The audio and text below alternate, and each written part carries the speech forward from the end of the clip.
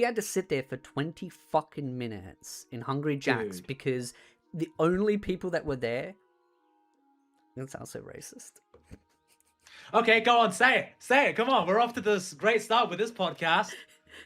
It was Indians. It's his birthday. Tell him he's gay. I'm not gay. I swear I'm not gay.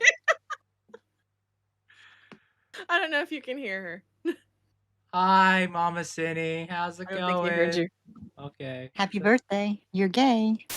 I don't gargle. I don't finger my microphone like this. Okay, that's just weird. To the person in the chat, they said, "But you're not a billionaire." No, but I am a millionaire. You're a black trans lolicon. That's why. And Jewish.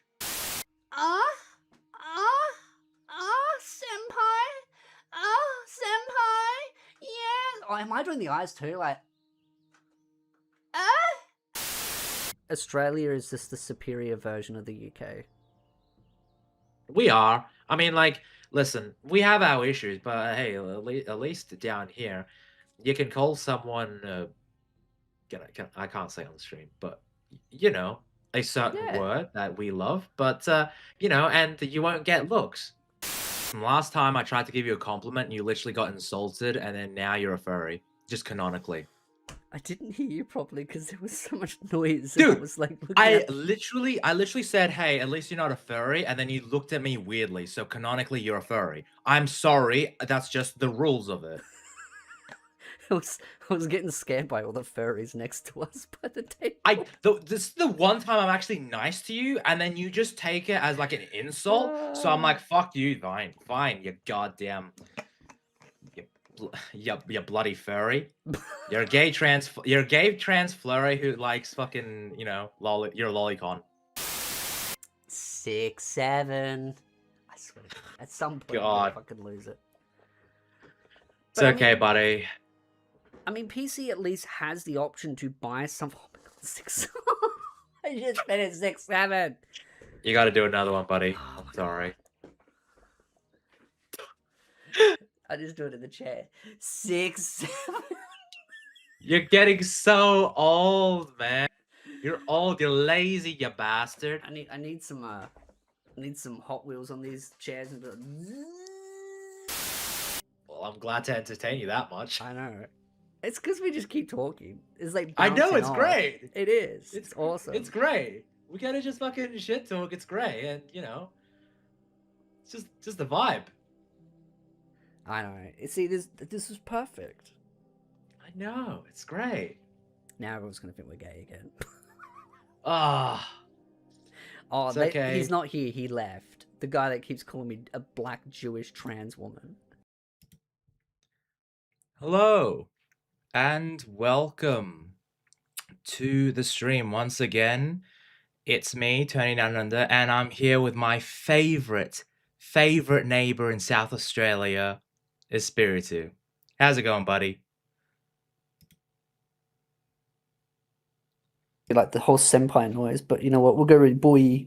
Yeah, boy. Boy. Boy. So how you been, mate?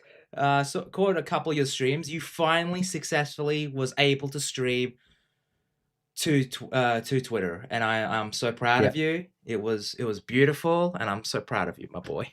You're growing up. I was so stubborn because you're like, yeah, go to Nick's. I'm like, no, I'm gonna work this out. I'm angry. Okay, all right. Fair enough. Well, you did it. I'm so proud of you. You're a good boy. You get a cookie. Yay! But yeah, this is probably going to be my last scheduled stream this week, I would say. Hello, Kurumi waifu for the two jours, the sparkles. You know, if there's a gifty, I will admit I will try and force my friend here to do 6 7s, but it's up to him. Okay, he's doing it. Zoom in, enhance. Remember, everyone, we got to do those stretches. Make sure we get in the right position. Oh God. Oh, Candy's watching. Candy loves 6 7. Let's go. Oh my God. 7. Oh, Candy! I heard you like 6'7". Woo! This ain't a strip joint, but you know what? For the right amount of money, I'll strip.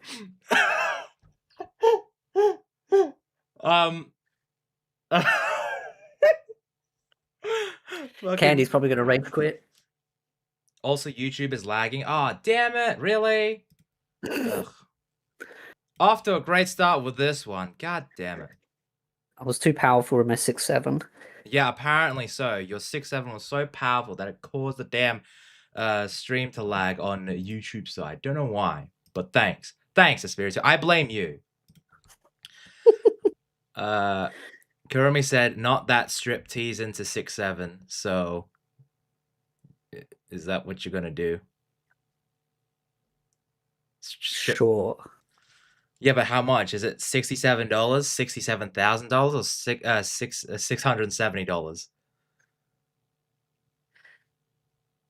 At least $67 for me and you, then I'll strip. Oh, so if we Good- both good. get $67? Yeah, Yeah. okay. Yeah, you can do it 2 streams for different ones, and then I'll go full strip. Okay, you go full strip, and I'll We'll do all Grease Lightning. I will take off my shirt and my jacket because this my artists they were very much detailed underneath. It's a full body sort of thing. So there is that. So ladies, get involved in this one. $67. You got to see both of us strip. It's great. Exactly. A 2D waifu and a 3D waifu. So you get the best of both worlds. 2D and 3D coexisting in one stream. And I know Tony's got plenty of women watching him, so Oh yeah, I got plenty of women. I might get Miss Sparkles excited. Oh yeah, you'll get her super excited. Great. But we got a pretty good show today. We got a couple of topics. Again, it's another week, another attack on PlayStation. Well, I say attack. It's more like a nice look at what PlayStation and Xbox have been up to the last week or so. It's not been their week. We also touch a bit on the Blue Archive. Little bit of a controversy with the new gacha system. It's getting a lot of hate, like a lot of hate on Steam.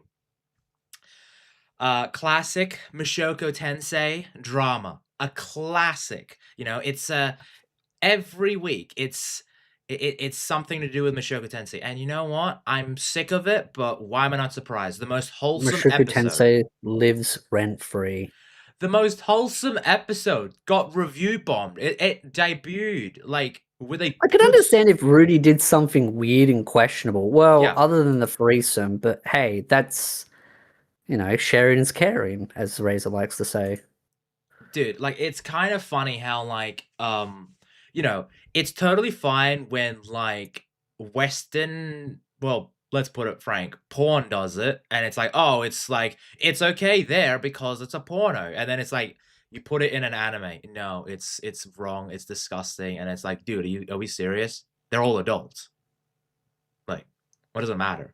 And it's an anime. Come on, like, can we not have any just fun? No, guess not. No fun allowed. Not in this internet economy. The fun police is gone. Exactly. Disgusting. But yeah. We also are touching on a couple of videos today. The Mother's Basement one. Again, his rent is due, Sword Art Online attack, so classic. Oh, I didn't watch it, but I like, you know how you hover over? Yeah. I saw the script, like the little bit of the text, and he spoke about like the whole, oh yeah, people are going to say that I'm rent due, and then he said, why would I spend $110? I already got that debunked. Like, Wait, hold on. So he didn't even pay for it? well, he said that he paid $110 for it, and that's why he's claiming that he's not doing it because of the money. And I'm like, dude, He's clearly doing it does your because of the money. audience not know how taxes work? Because you can write that off on taxes, bro. Also, thank you very much, Candy Sensei, for redeeming a message on Twitch. Tony is gay.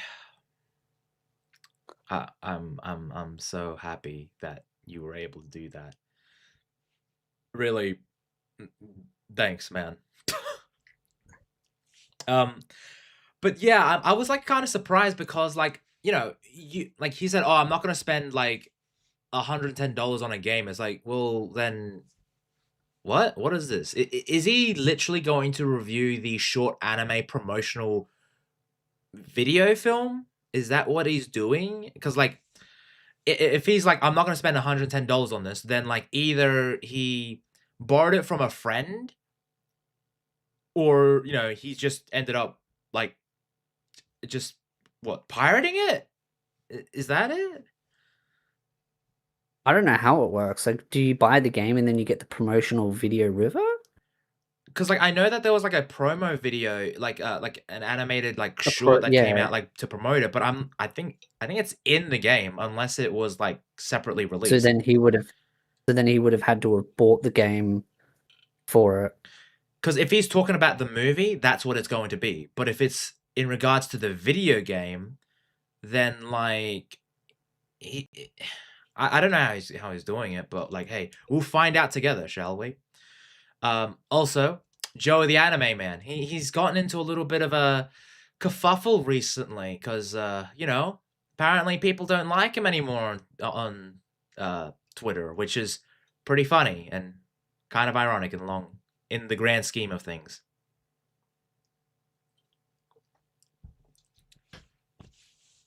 But I think it's time we get on to the first topic, and probably the main topic of tonight. I'll just zoom you down as I zoom myself down. Whoop.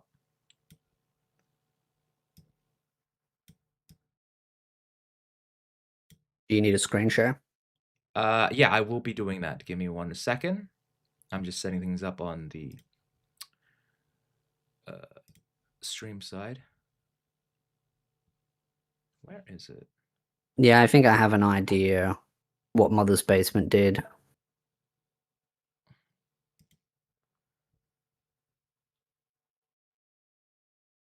Okay, now there's 2 copies of you. Just give me 1 sec. What's the fun? Yep, there it is. Okay, there you are. Good to see you again, buddy. Happy to help. Okay, so there was an article by IGN, but it was mainly to discuss about the whole, well, Sony's platform went down for hours the other week. And it's, well, suffice it to say, it was a bit of a shit show. And it just sort of solidified the fact that physical media is very important. Like, let's be real. Like, you get shit like this, and this is the reason why people prefer, the old-fashioned ways of playing offline and all that. But, so the article states that PlayStation Network back online after outage causes PSN users to lose access to their games for hours. For hours. Like, I'm sorry, is this like not a case for physical media? Are we just stupid? Like, come on here. So an update at 12:10 12 p.m. PT around July 25th. All PlayStation Network services are now back online after an outage caused PSN to go down for hours this morning. So if you had that day off and you wanted to play something in the morning, it was out. You had to like wait like a couple of hours, which is a bit bullshitty. Like, how have we gotten to the stage where like if I buy a game, I literally cannot play it when the service goes down, and then we have to just put up with it. Like, I fucking hate this. Xbox also has the same issues. Well, funny you should say that, Phenomenal. We actually will be touching on that later because it's sort of ironic how 2 of the big console companies just went down in like a couple of days of each other. It's quite funny and hilarious as shit. So let's get it out here. I'll just make us a little bit smaller so everyone can read it up on screen.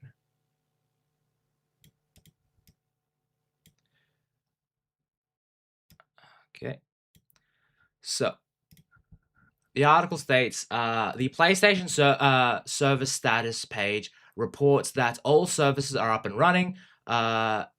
Issues related to the PlayStation Store have been resolved, and players have returned to playing their games. IGN will add to this story if any updates. So that was the final thing where it finally got resolved. But the thing is, though, is that you couldn't still access the PlayStation Store, and it was down for hours. Like Sony's PlayStation network service has been offline for hours today, leaving fans unable to play some digital games.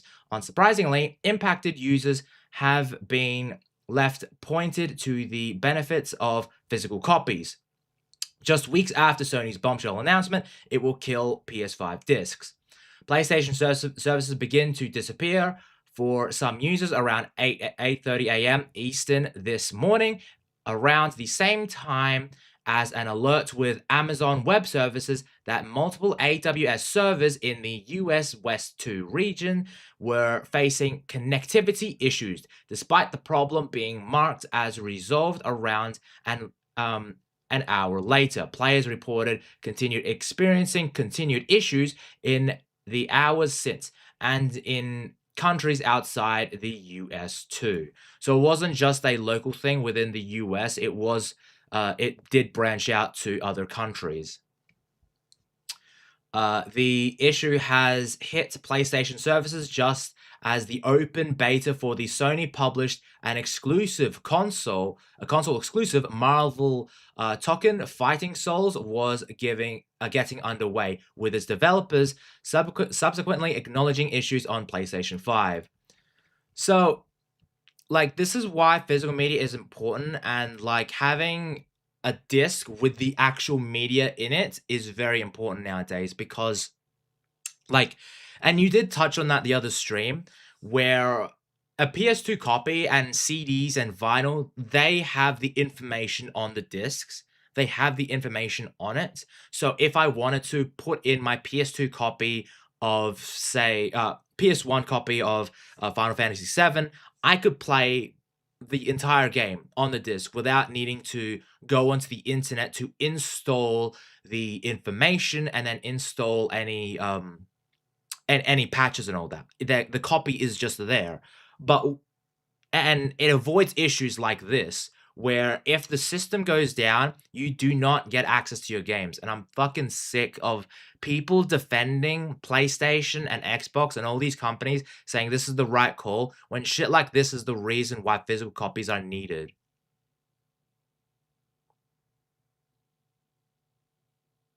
Like, I hate it, dude. I hate it. Come on.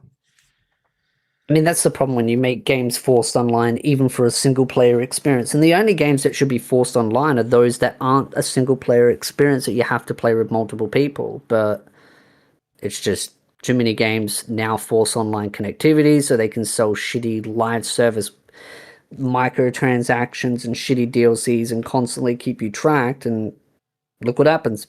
Your data gets stolen, things get hacked, you lose accounts.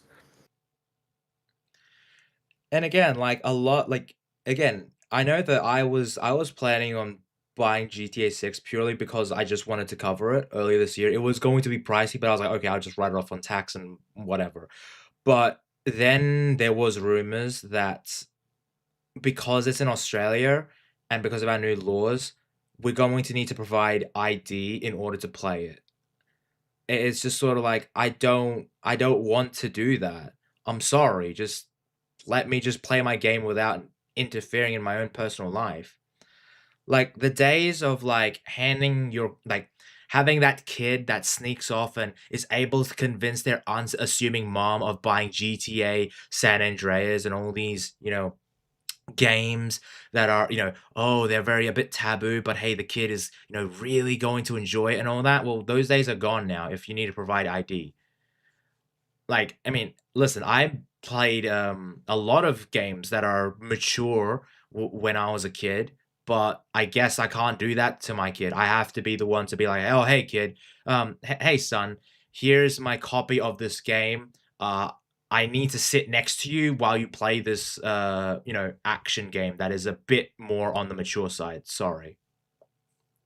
Um, Also, the phenomenal, just want to touch on that. Yes, we will be talking about GTA 6 today, but they did adjust that. There is an update to that GTA 6 Japan expiry date. Um because I did see that, and that is to do with DLC, not the actual GTA code, the GTA code itself.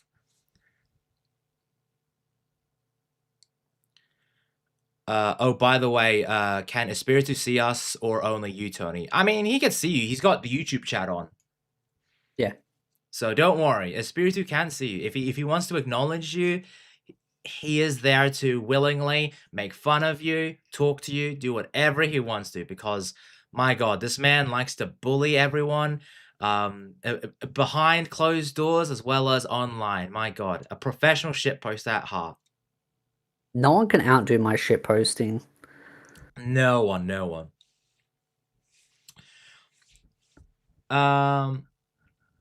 So at the time of writing this, Sony's own service status page continues to show errors across every PlayStation Network services, from playing and purchasing digital content, streaming games, account management services, and more.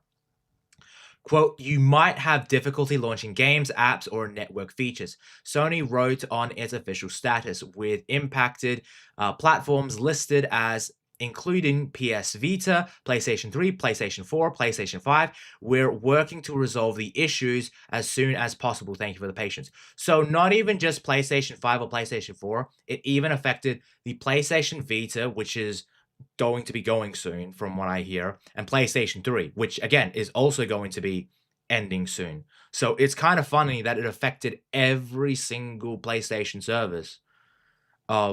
Literally weeks after they announced that,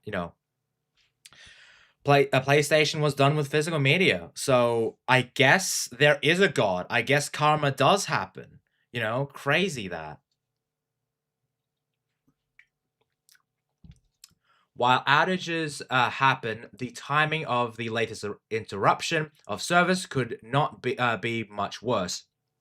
As well as impacting Marvel Tekken, a key title for Sony, this disruption comes as the firestorm of controversy over Sony's decision to kill discs is still very much aflame. This month has been Sony continually slammed by PlayStation fans for its hugely unpopular decision to discontinue launching new PlayStation 5 games via physical discs from January 2028 onwards, a choice that has sparked an enormous petition, endless social media posts, and stream of angry commentary on every trailer or live stream that the console maker now hosts. That's not even including the amount of community notes they have been attacked by. It's purely amazing. Thank you, Candy, for redeeming another highlighted message. Xbox can do the PlayStation 4 sharing game video. Yeah, I know. If Xbox did that for the next generation, it's over. But from what I'm gathering, Xbox is planning on doing all digital. But if they reverse that decision, they can win. This is the biggest layup Xbox has ever had. But I don't think they're going to do it, because they're retarded, just like PlayStation.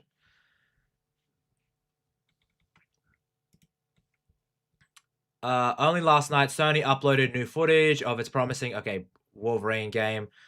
Through the YouTube comments are full of further outrage on the disc situation. Analysts and even former Sony staff say that the situation is highly unlikely to change, but regardless, fans are not letting this one go anytime soon.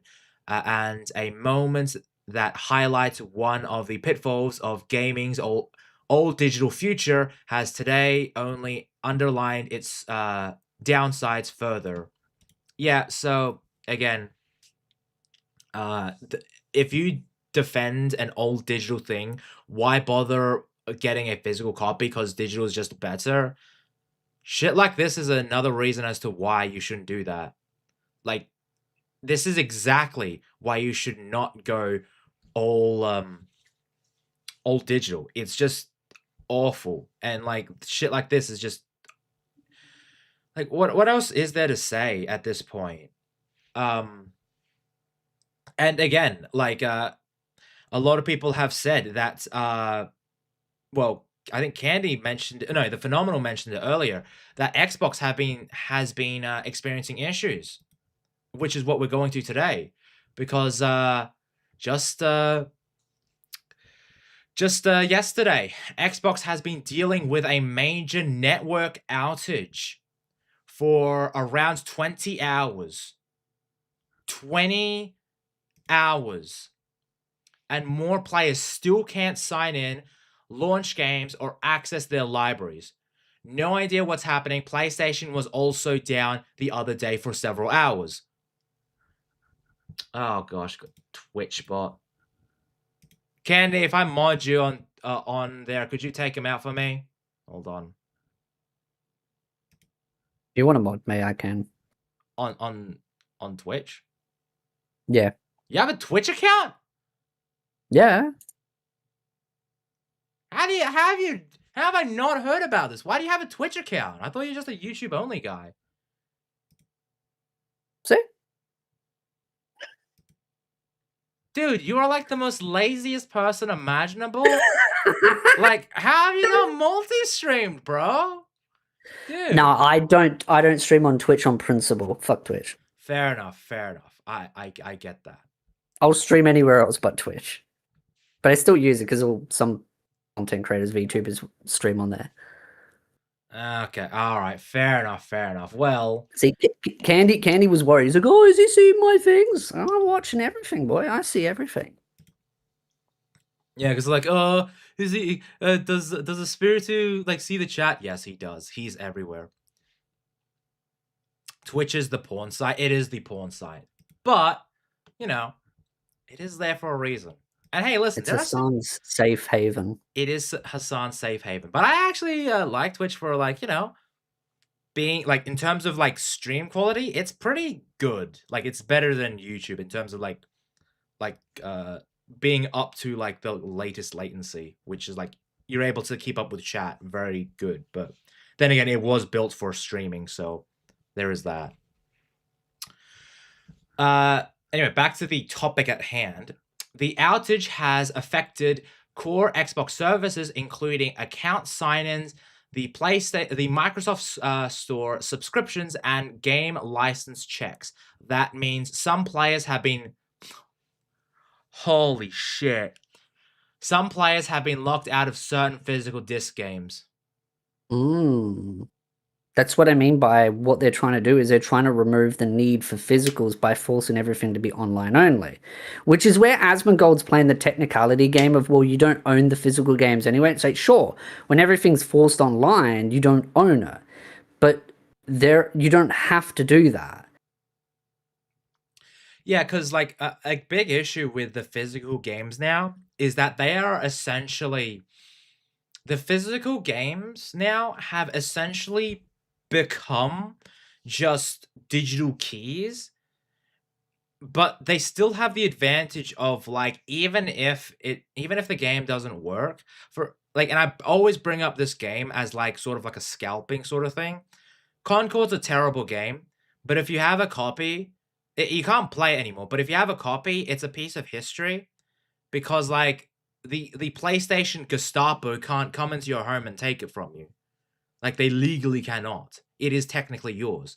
But I will say, though, I do prefer a time when I could just put in a game, play it, and just enjoy. Because I actually was the other day when I had a day to myself, I wanted to play a video game.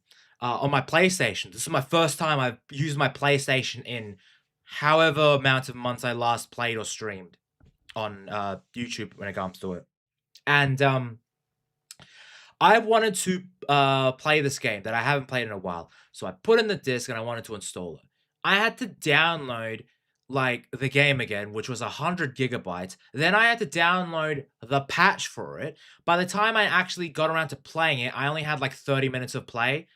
And then I had to like just go off and have dinner. And then I had to just do everything else. And I was like, oh, okay. So I just wasted my entire time just essentially just waiting for the game to download. And then I'm just watching fucking anime, like waiting for it. That's like sad, that is. I had to get another hobby in order to get to my hobby. Anyway, Microsoft then said it's working on a fix and services are slowly coming back, but there's still no word on when everything will be fully back online. And as you can see here, account profile, store subscription, games and gaming, apps and mobile. Essentially, a lot of the things that you need to play a video game was gone. You couldn't get access to it. Sorry, no access. No bueno. But literally just a couple of hours ago, Microsoft released a statement.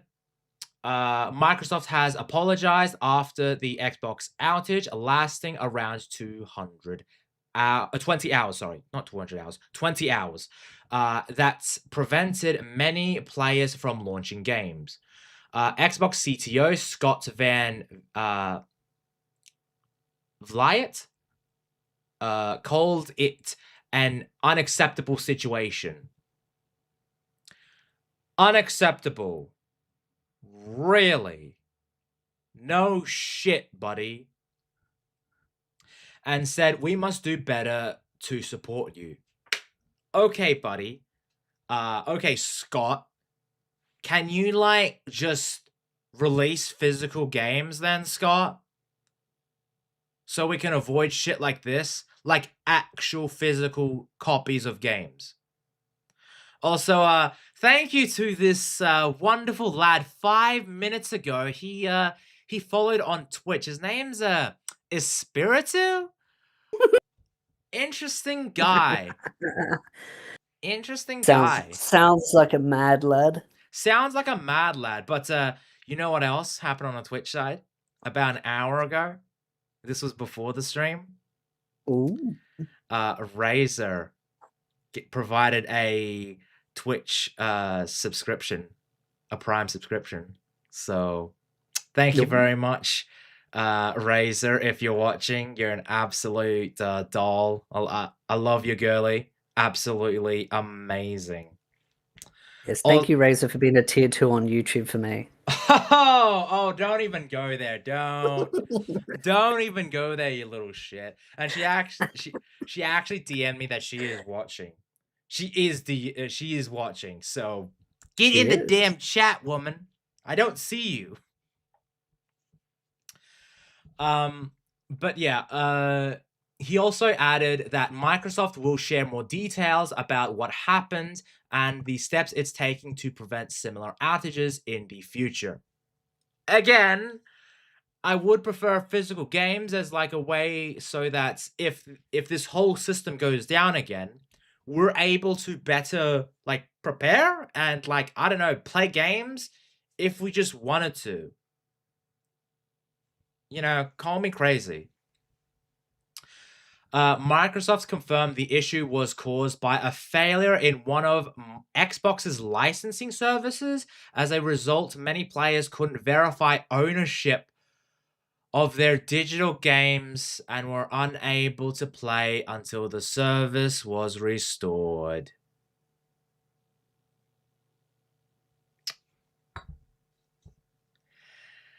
Well, so you're telling me that digital games aren't the future? You're telling me that if I buy a game on the digital storefront, it can just not work?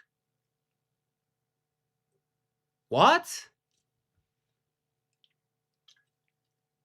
And then you have your buddy Asmund. Your buddy.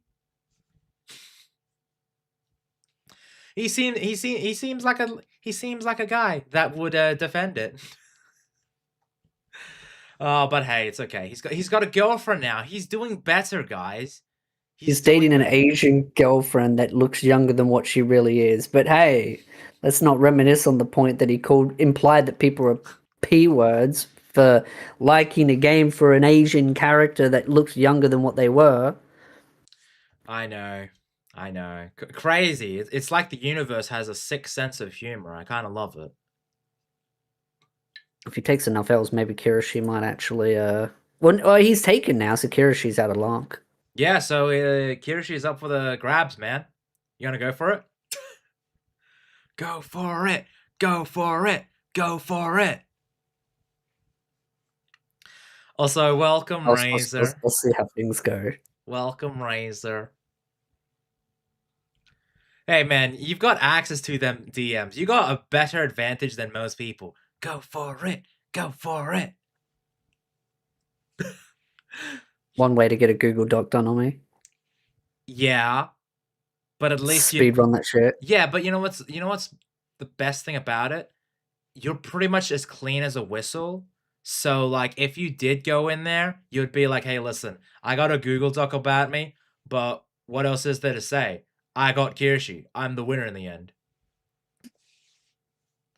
Like, literally, all you just need to do is, like, post an image of you dating with her and then just have the Charlie Sheen thing go winning. And then you would trigger so many people. Fucking Twitter would have a fucking meltdown. I would love to see it. It would be glorious.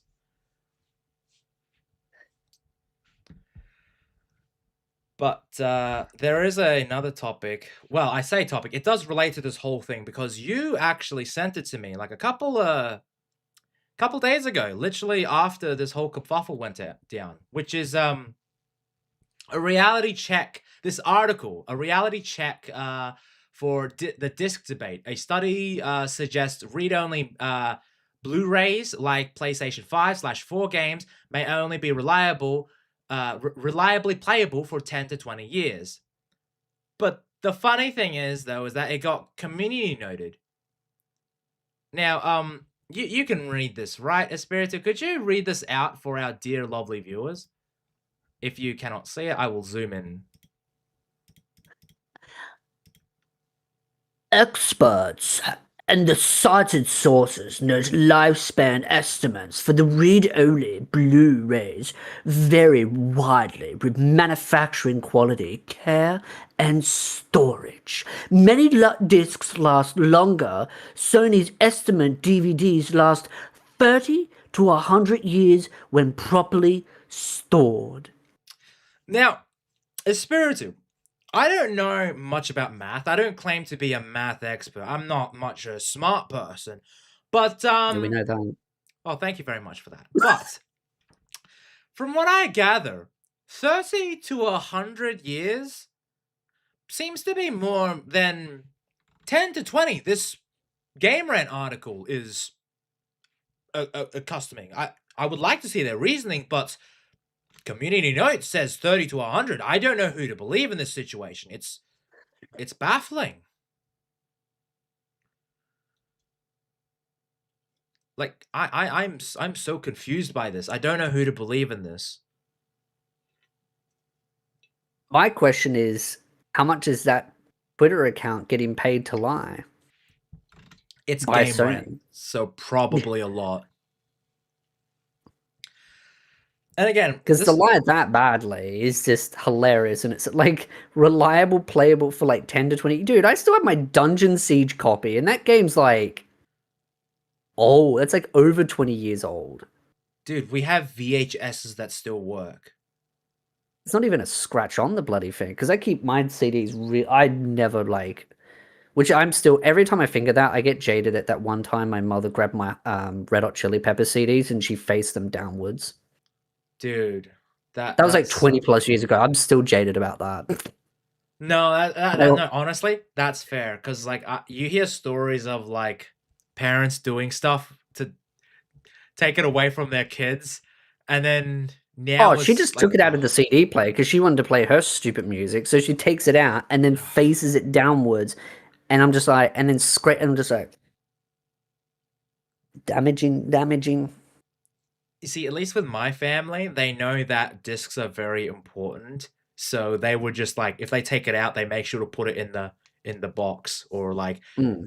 facing it upwards so it's not damaged or anything like that. So yeah, I'm sorry that your mom kind of did that. Also, welcome, Hunty. Great to see you here, girly. Mine threw out my Blink 182 CD like 10 Jesus Christ, I would have drop kicked them down a flight of stairs if they did that. 10 Every time they times? threw it out. Jesus Christ. I would have cut a bitch for that. Oh, that's why they're a Christian family.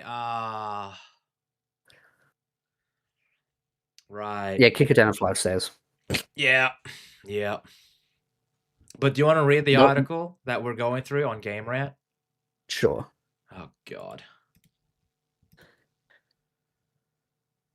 No, I'm not doing this shit. Get stuffed.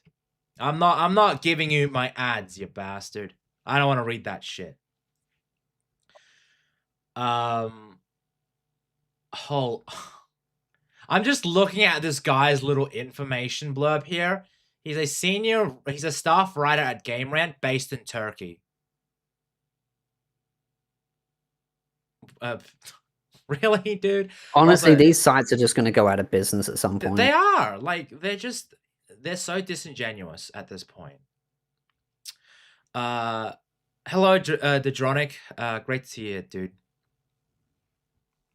So, a study about the longevity of Blu-rays offers some insight into how long PlayStation 5 and PlayStation 4 owners can expect their physical discs to remain playable. Ever since Sony revealed it will stop manufacturing new PlayStation discs in 2028, Blu-ray discs have become a major topic of discussion in gaming communities. I wonder why.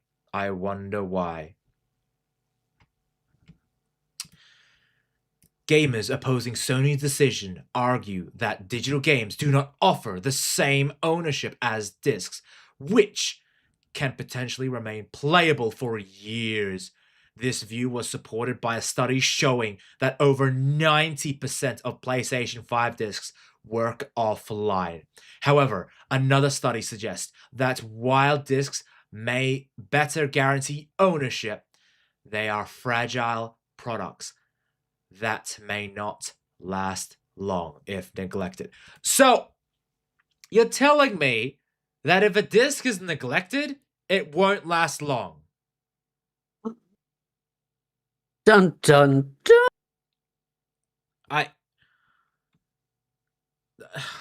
No shit, man. I don't get it. Read-only discs are not that resilient. According to a study by the Canadian Conservation Institute, CCI, fucking Canadians. What is up with you Canadians?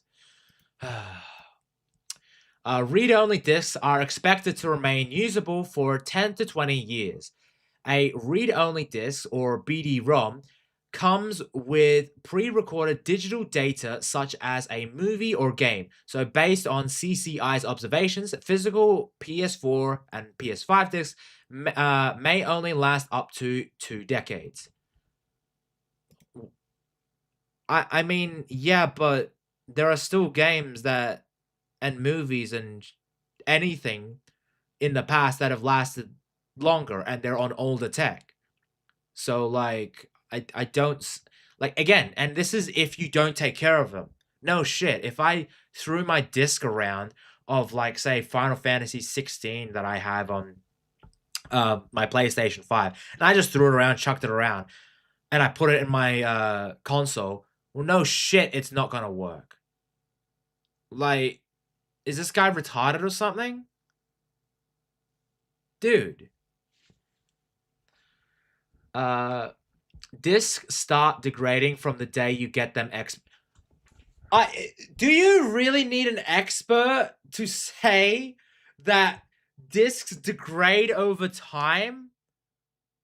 I think My their brains fucking- degraded too much. Dude, my car degrades over time. Should I not buy a car then? Like, dude, this is like saying, okay, you know, if you have a car and all that, and if you don't want that, you should go like on public transport because hey, Wait. you're Children degrade. So should we like not exist? oh my god, we shouldn't exist. We degrade. Unlike me, I'm like fine wine. Okay, so what happens though is that we upgrade until we reach like 40 and then we degrade. I think that's what you're implying, mate.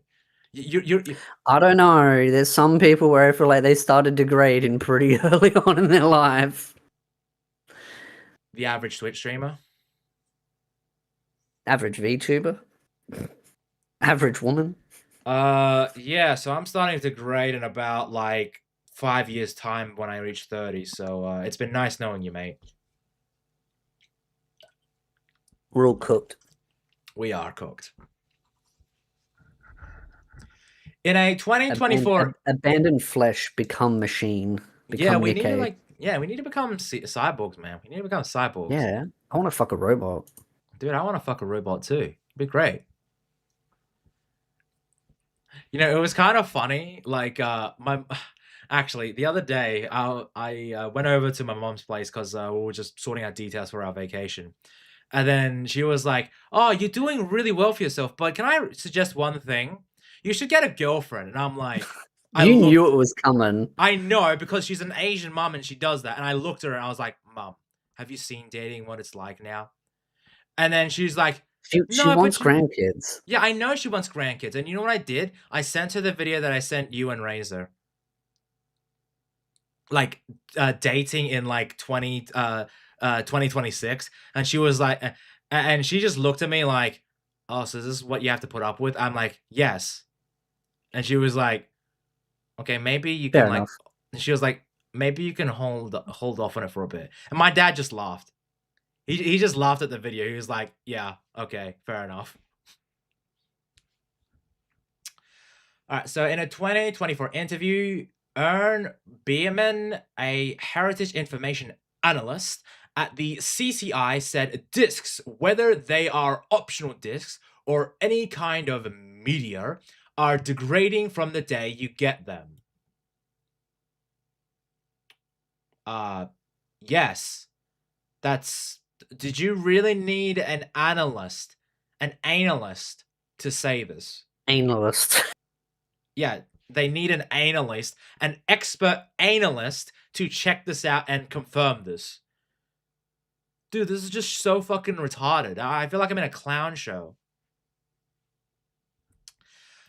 Beeman explained that while discs could theoretically last more than 20 years, users should not bank on...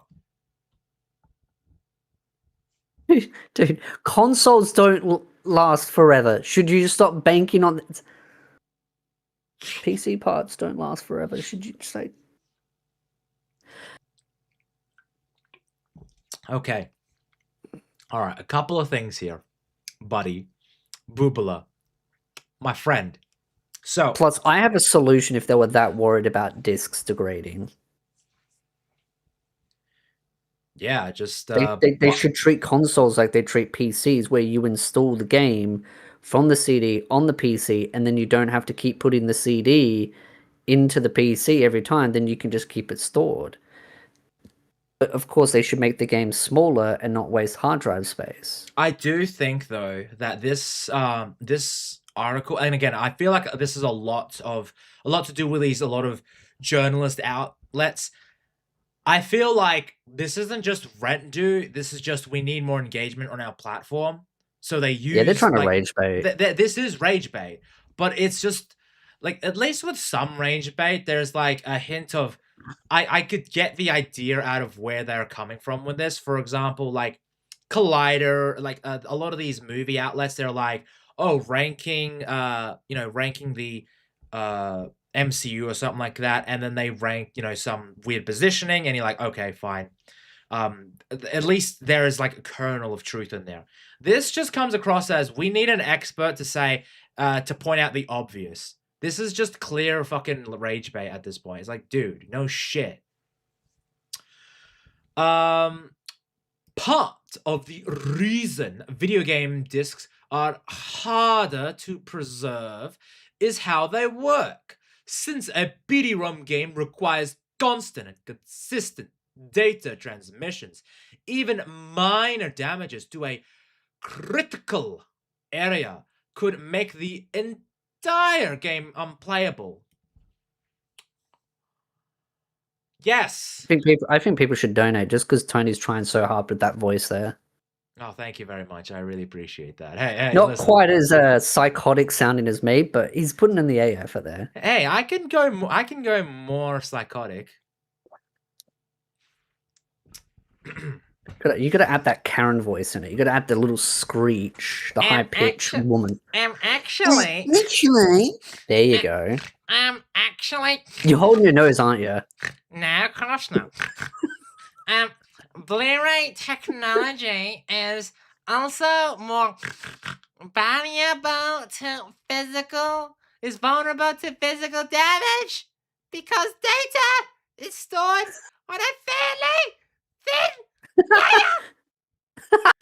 layer. You're losing your breath. The CCI stated that a study looking His mic's breaking because of it. Yes, exactly. I had to cut back because I don't know if Discord's like recording it through, but yeah. Sorry, thank you for the $2, Razor. A for effort, C for execution.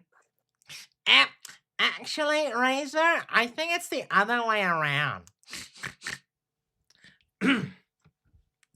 A study looking at the stability of Blu-ray media has shown that overall, BDRs have rather poor stability compared to CDRs and DVDRs. So you're telling me that in a recent study that the Blu-ray disc is worse than the CD-ROMs and the DVD-ROMs. Okay, guys, pack it in. If you have a Blu-ray player, sorry, that shit sucks. You need to go back to the old ways of DVD and CDs. Go to that. Apparently, that's what this is saying. Don't go forward with digital. You should go back to the old ways.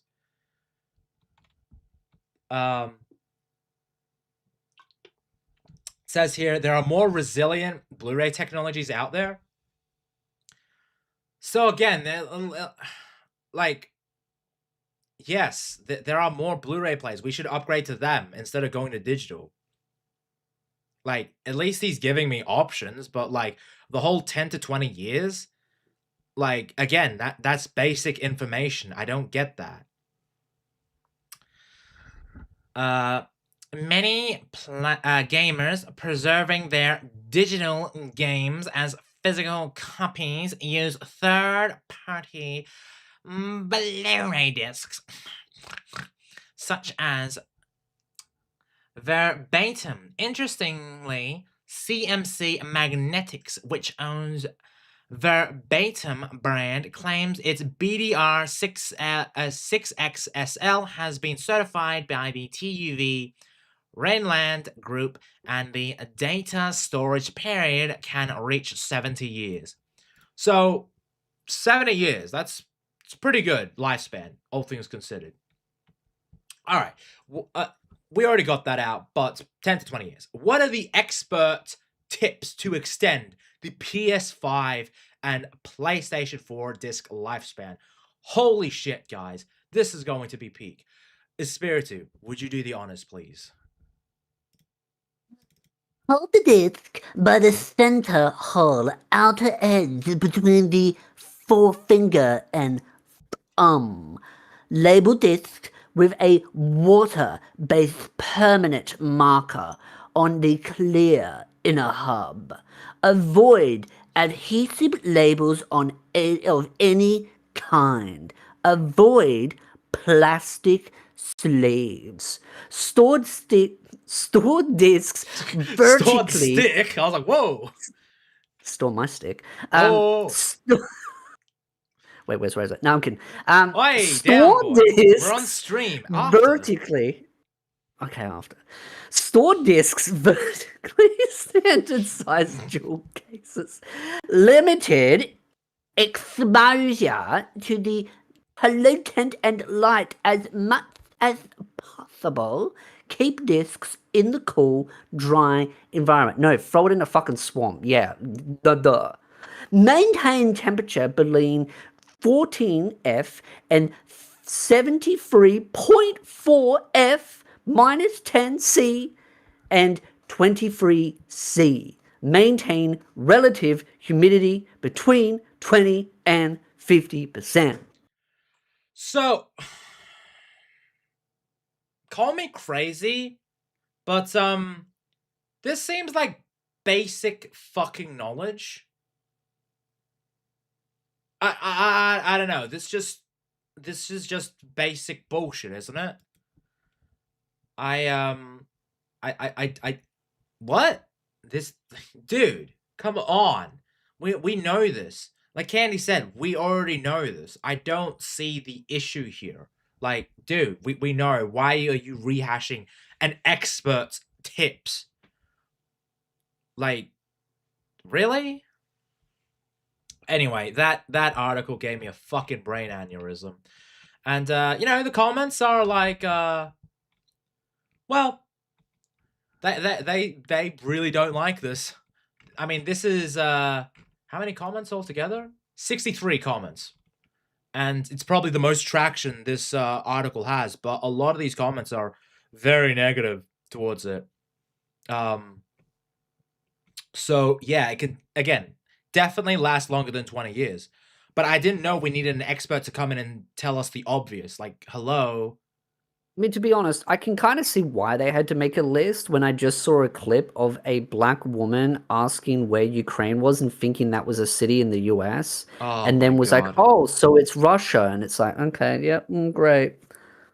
Okay. So the average was- IQ of a human is pretty low. Yeah. Yeah. I kind of wanted to... I kind of want to believe in the human race, but, yeah, maybe... Maybe we need to spell out the obvious.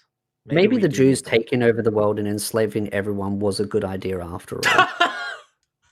Oh, no! Yes, everything is the Jews' fault. It is! Everything's the Jews' fault. And if it ain't the Jews' fault, well, I'm blaming the Africans and the Muslims.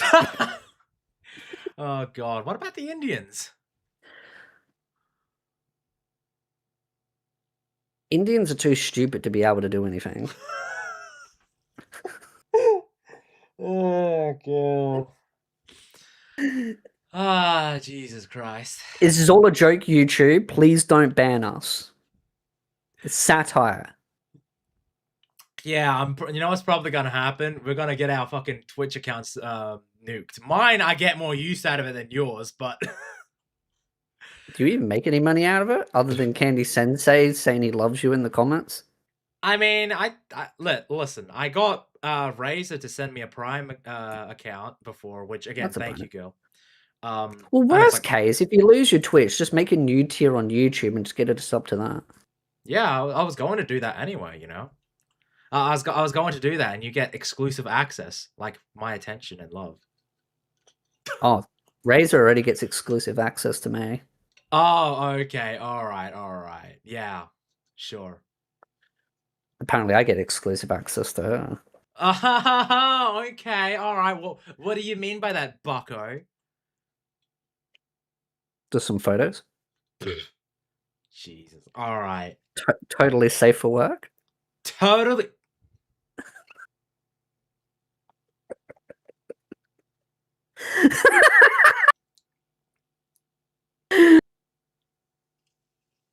I have a special Espiritu tier.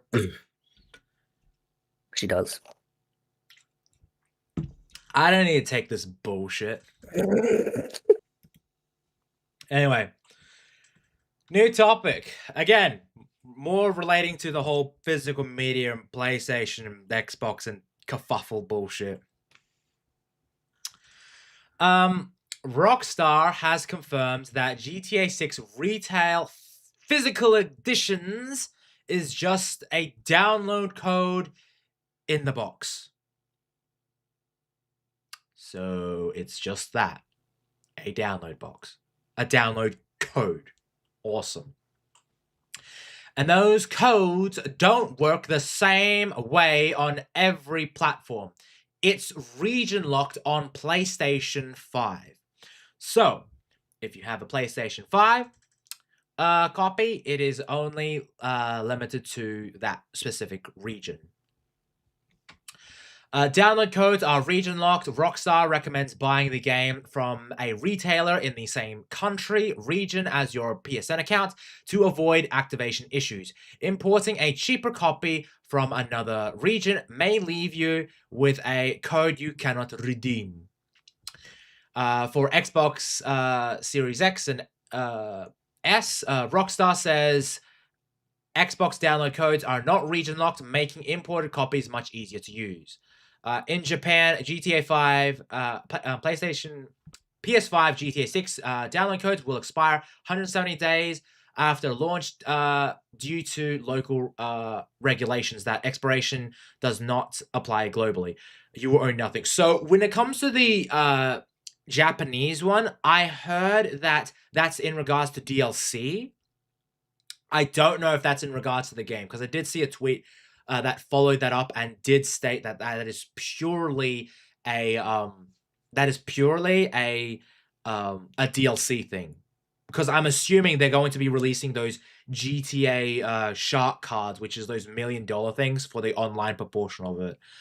But yes, that's again, it's another day, another physical media thing, and you know what I did miss.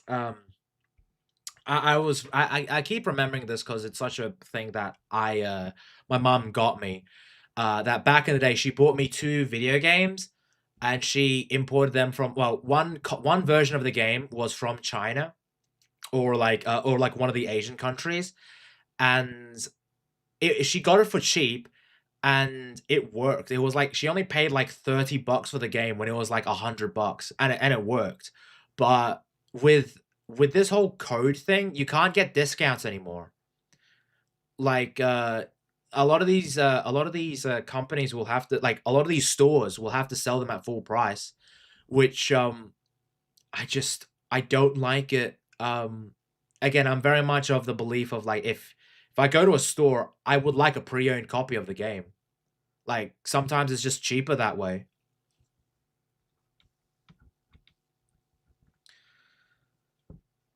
And hello, Rusty. The Japan thing is for anything online, i.e. like Street Fighter 6 coins have a set life of 170 days. Yeah, I thought so.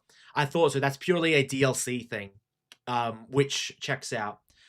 But breaking news as of 36 minutes ago, since we're going on the GTA sort of train, Australian GTA online players can no longer use the Diamond Casino gambling features.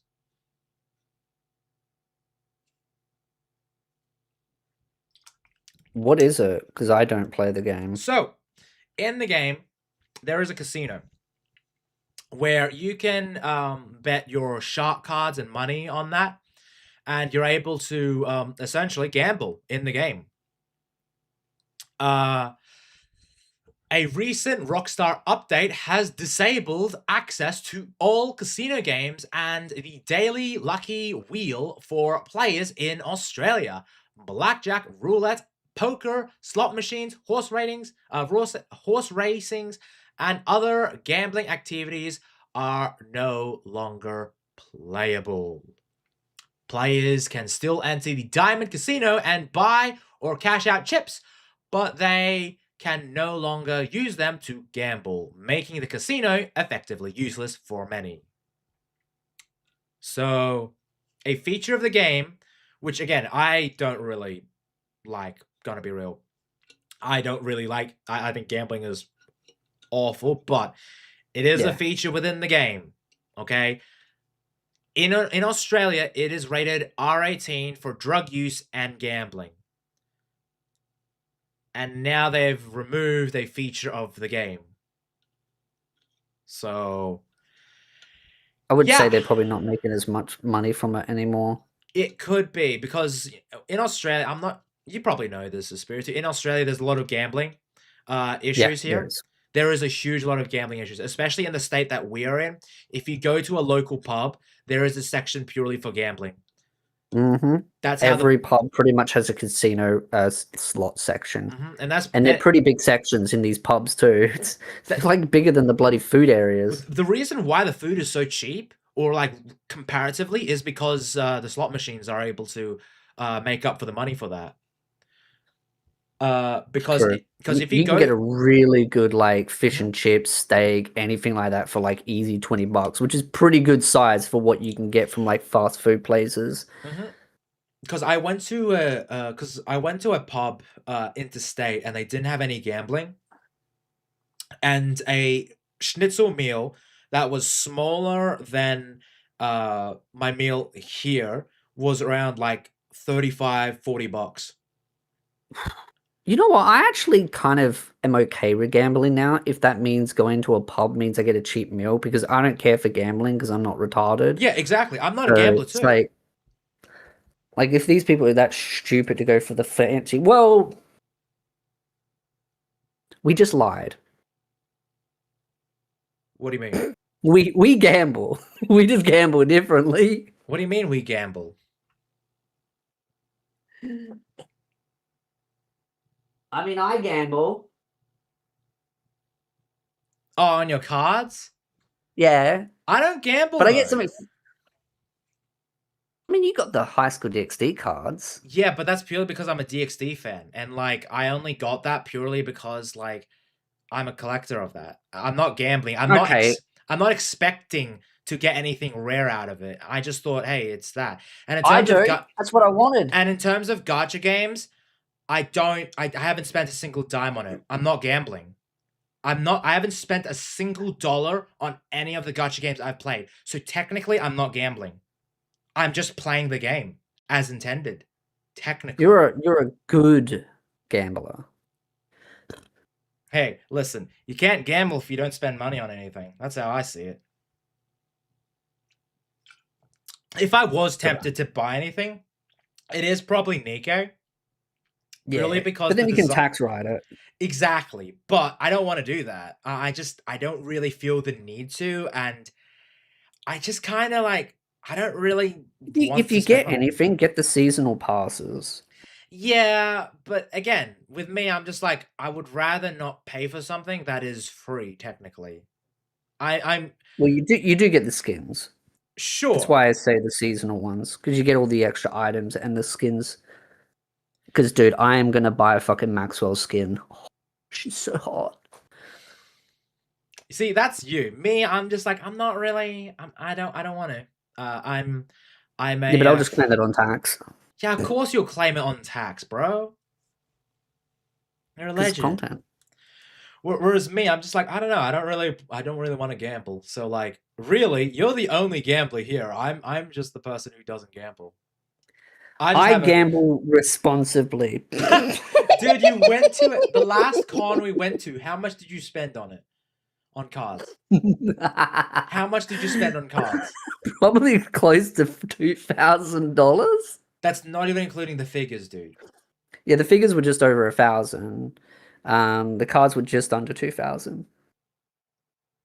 Yeah. So. But I got Naked Crown.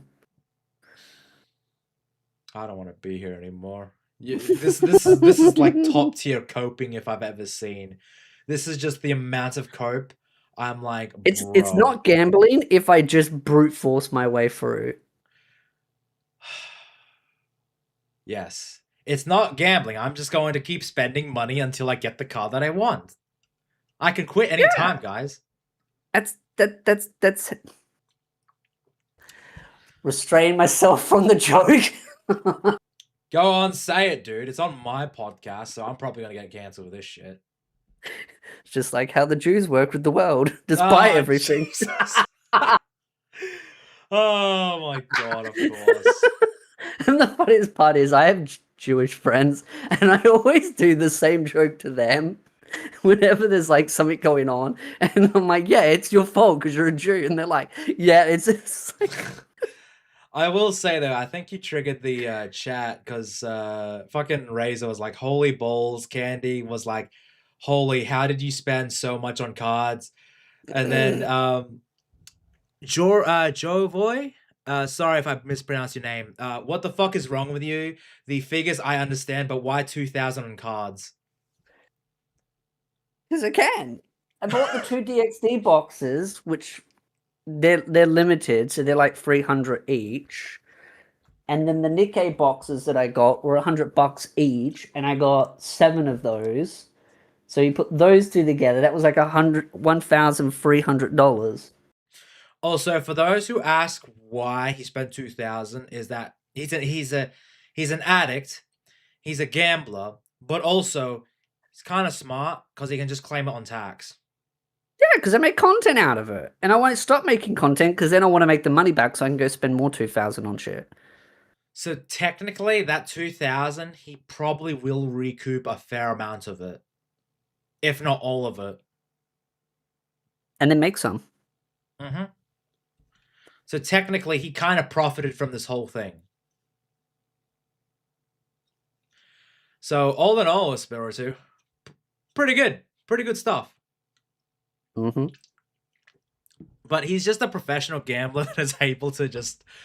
I am a professional gambler. He's a professional gambler who just wins automatically because he's a content creator. Yeah.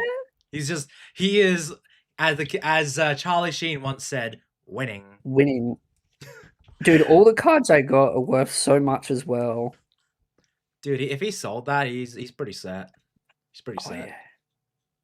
He's got to get that retirement fund, man. Exactly. Got to get ready to buy that nice little retirement island, get myself a couple of nice holding maid girls, set myself up. The Jonic says, talk about playing the system. Listen, Australia may be a couple of things, but I will say, though, that it does allow you to win if you play your cards right. Or in this case, Nikkei cards right. Hey, here's the thing, Draconic. I'm just playing it by the rules. I'm not breaking any rules. It's all legal. Even I told my financial advisor, I said to him, last week at meeting, on Monday, I said to him, oh yeah, I spent $3,000 at Avcon. And he's like, oh yeah, but that's tax writable because it's work expense. And I'm like, yeah. And he's like, yeah, so it's fine. Yeah, honestly, dude, like, listen, I ask him point blank multiple times throughout the con. It's like, dude, how are you able to do all this? He's like, my financial advisor gave me the down low on this, and this is how I'm able to do it. And I'm just like, dude, can you like hook me up? And he's like, yeah, if something happens, you can just come by, you know, you can drive out here and call up business expense or, you know, claim that shit on all that. I'm like, cool. That's why I pay my financial advisor. He tells me how to do all the stuff legally. And then you can claim them on tax, right? Like you can claim that on tax. Yeah, I claim that on tax too. Yeah. Well, I can claim most of it on tax as far as getting a financial advisor because it's classified as a work expense to have him as on the payroll. So he's technically a business expense for me. I think that's how it works. I mean, tax is just pretty like incredible in that sense of like, you know, listen, you pay your taxes, but hey. Here's the reality. The tax system is deliberately convoluted and overly complicated so stupid people don't know how to make money. Mm-hmm. If you don't know how it works, make enough money that you can hire someone to then help you navigate the system, thus you make more money. I mean, full blown, like, I hate tax. I think it sucks because that money is yours, but the government just steals it off you. It is just purely legal theft. It's highway robbery in the highest form. of like we need this for other things. But I will say though, there is something gratifying of like you get your tax return and you see the dollar it dues and you're like, that's actually pretty good. I have At returned the end from of the day, Hades. who do you want to get the money? Do you want me to get back my money, or do you want it to go somewhere else? What, to a Jew's bank account? That's what I was thinking. Yeah, I know, dude. Ah, shit. I'm getting it. I'm doomed. Dude, this is episode 6 of our fucking podcast. It's just gonna go higher and higher, bro. People need to understand. I am racist towards everyone. There's no exceptions. I will make a joke on everyone's expense. Look, the best thing about being racist to everyone is that you're racist to no one. Exactly. I'll make Because I hate everyone equally. Exactly. I'll make jokes about everyone. If you're not included, isn't that exclusion? Exactly, and that's just racist in itself. So I've got to be an asshole to everyone, exclusive, everyone Exactly. equally. Exactly. It's all about equality, baby. Equality. Quality. But yeah, let's get into the next topic, which again, I did see Chibi post about this like literally half an hour after we started streaming. About like half an hour before he generally sees someone else posting about it, and then he goes, "Oh, that's the next topic to talk about." Yeah, because he literally said, "Oh, what's this about?" And I'm just like, "You haven't really heard? I thought he follows Pirate Nation, but guess not." Anyway, Blue Archive's new gacha system is getting a lot of backlash from players. I wonder what this could be. The old system let you save up 200 pools and choose any featured character if you get one banner character early. You could still use your pity to grab the second one. I'm assuming pity is the is like the pool system or something? Yeah. Unless So yeah, it's the pity system. I Okay. believe they're making it more like one of the other games that's more predatory, and so they changed it, and that's why people were pissed off about it. Right, gotcha. Starting July 29, the new summon charge system works differently. You get a guaranteed featured 3-star at 100 pulls. Well, that's actually not too bad. 50-50 chance it's the one you want. Okay, alright, that's fair. And at 200 pulls, you're guaranteed the exact featured character. Hey, that's not too bad. Alright, so what's the issue? The problem is that as soon as you pull any featured character, your summon charge resets to 0.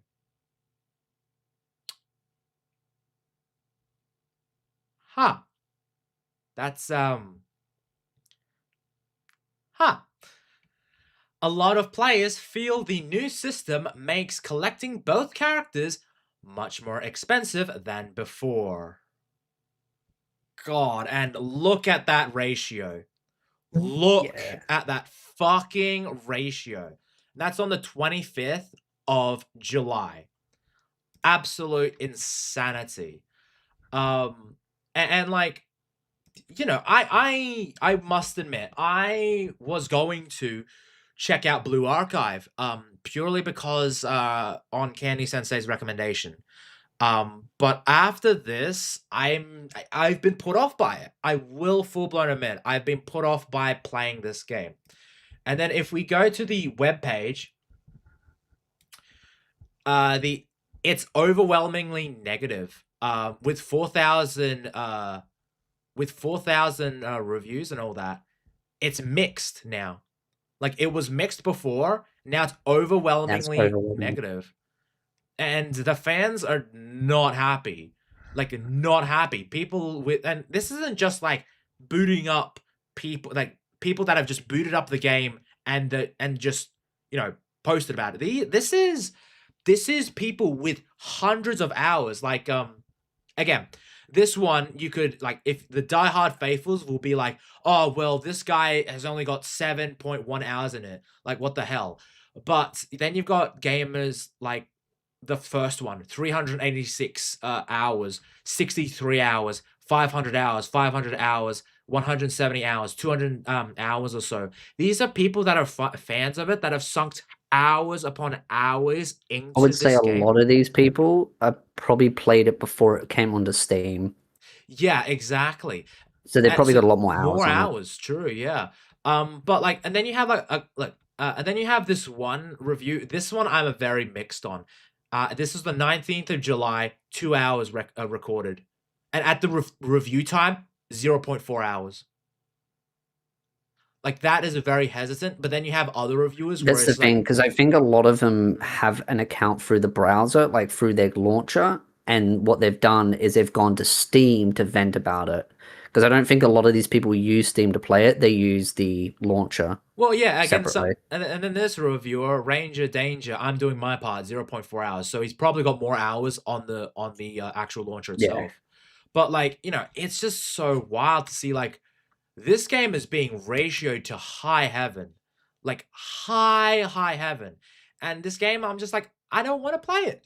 I just don't want to play this game. I've been asked a million times to play. I think Candy was one that wanted me to play it. Candy has asked me to like play it, and I'm just like, I don't really want to after this. I'm gonna be real. Maybe one day if they reverse this, but I don't want to. This has put me off from playing it, and it's like, why do I want? Why do I have to play it now? Because like, if I wanted this sort of predatory gacha games, I could just go to like the Hoyoverse games. And again, a lot of people are saying that this is reminiscent of Hoyo Slot. So like, as it were. So they're clearly taking inspirations from the Hoyoverse with Xenosaga Zero, Genshin Impact probably is a big one, and the Honkai games and that sort of thing. But it's like, why the need to get this? Nah, just don't want it. But I play enough gotcha games anyway. dude, like I play a lot of gacha games. I do it for free. Like I'm not spending a single dime, but this one was interesting because like Candy has sent me a couple of like animated videos and all that, and I've reacted to them, and it's like, it's good. Like the voice acting, like I'm not sure if they're actually legit, but the voice acting is pretty good. The combat looks simplistic, but like it looks a bit more, dare I say, involved.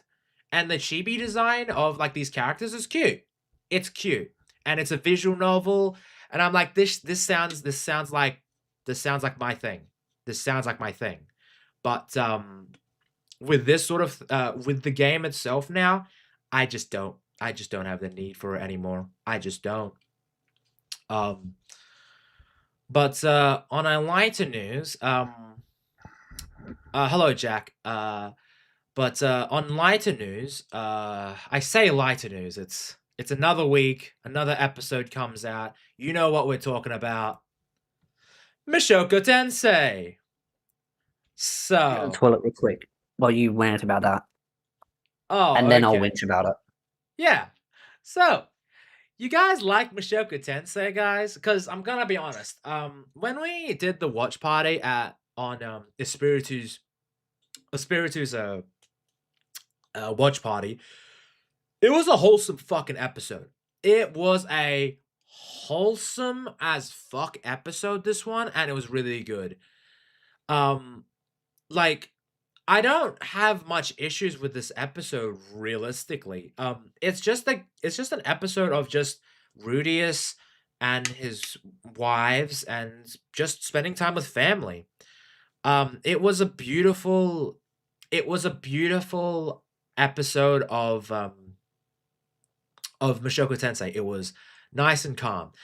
And we like at the ending where his mom finally smiles. It was beautiful.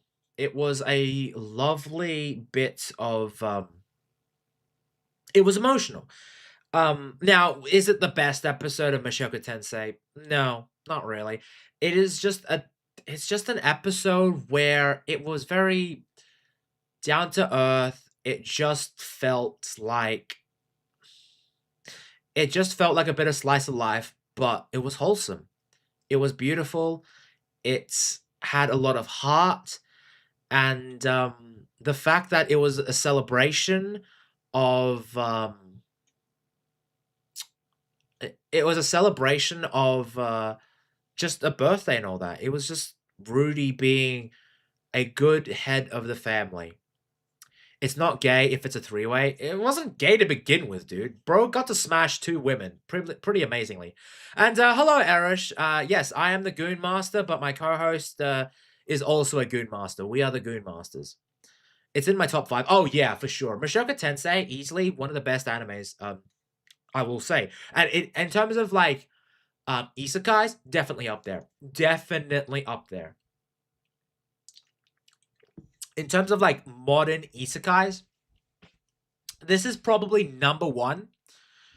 But I could say that Eminence and Shadow is probably my number 1. It could be my number 1 because Mushoku Tensei, Eminence and Shadow is just so much fun. But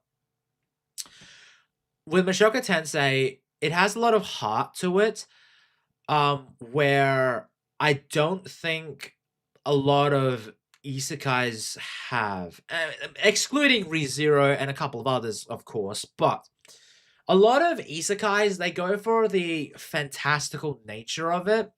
Mushoku Tensei has downtime where it is just it's very relatable in that sense. For me, Mushoku Tensei, like, there's a whole arc dealing with erectile dysfunction. Like, that is a beautiful beautiful thing. But people really dislike the anime-isms of it. They really dislike the anime-isms of it. And I don't see why the need to hate on it because it's an anime.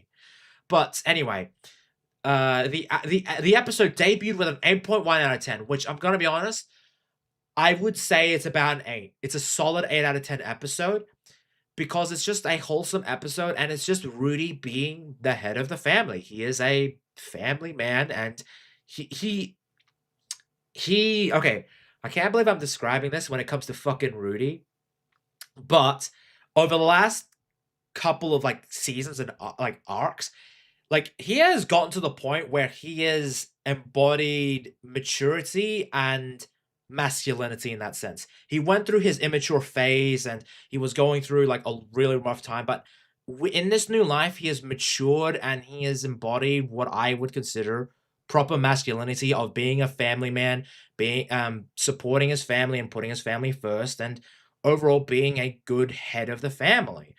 And I like seeing that character progression when it comes to Rudy. Like, if I wanted a generic male fantasy, I've got that. There's plenty of that too. But Rudy undergoing a character arc, going through all the trials, tribulations, but people don't see him like that. They see him as a perv because the earlier episodes depicted him as a man that was basically still that previous life, but now he is more so Rudy than he is the other self in his past life. But anyway, now that Espiritu's back, he can tell us how he feels about it going from an 8 to a 7.3 because it got review bombed once again. Why do people care about what IMDb thinks? No one should care about what any rated site thinks. At the end of the day, you should watch what you like and enjoy what you like. Rated sites are nothing more than a shit show of mass downvoting, mass upvoting based on stupid people that make millions of alt accounts. You only need to look at my anime list on the stupidity of how many bot accounts run that goddamn shitty site and the reason why it's slowly falling apart. That's my part about the rating. As far as Mushoku Tensei hate goes, one of the interesting parts about it is it seems to be the ReZero community has fostered a couple of very toxic people in there to use it as nothing more than a spearhead to attack other animes, and Mushoku Tensei seems to be the one that they really love picking on. Because apparently, some people, not all, people in the ReZero community think that no other isekai should exist except their anime because apparently they worship it like it's a bloody cult. And that's the very problem with some of these mass downvotes, is they're coming from parts of different communities that are just psychotic and have Mushoku Tensei live rent-free.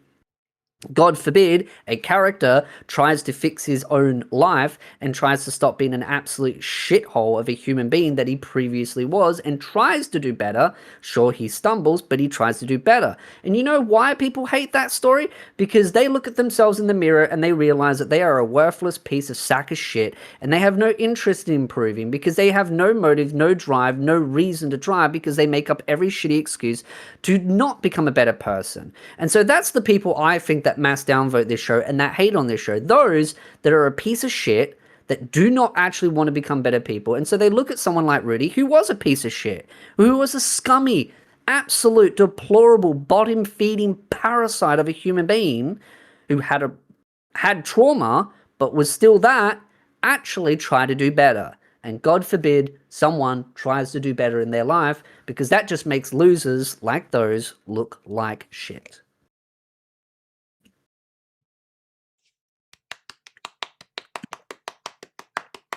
Well said. That's my TED Talk. Well said. Thank you.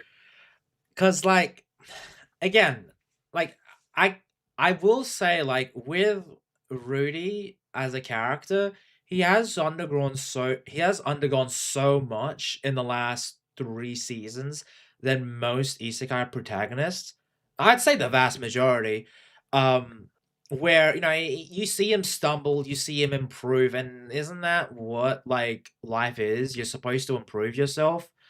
Like, look, you're fine. Well, like, you could believe in whatever you want in terms of, like, I don't need to fix myself, because that's the messaging a lot of people have nowadays. You don't need to fix yourself. You're perfect the way you are. You're this and that.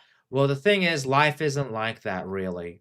People will judge you and all that. But the thing is, though, is that it's about your own self-improvement.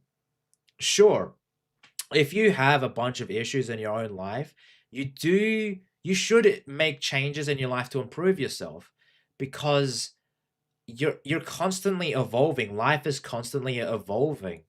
And I do think, though, that with Rudy as a character, he does become better as a character as the show goes on. Like, comparing him to, like, when he was just reincarnated, bro was, well, a pervy piece of shit.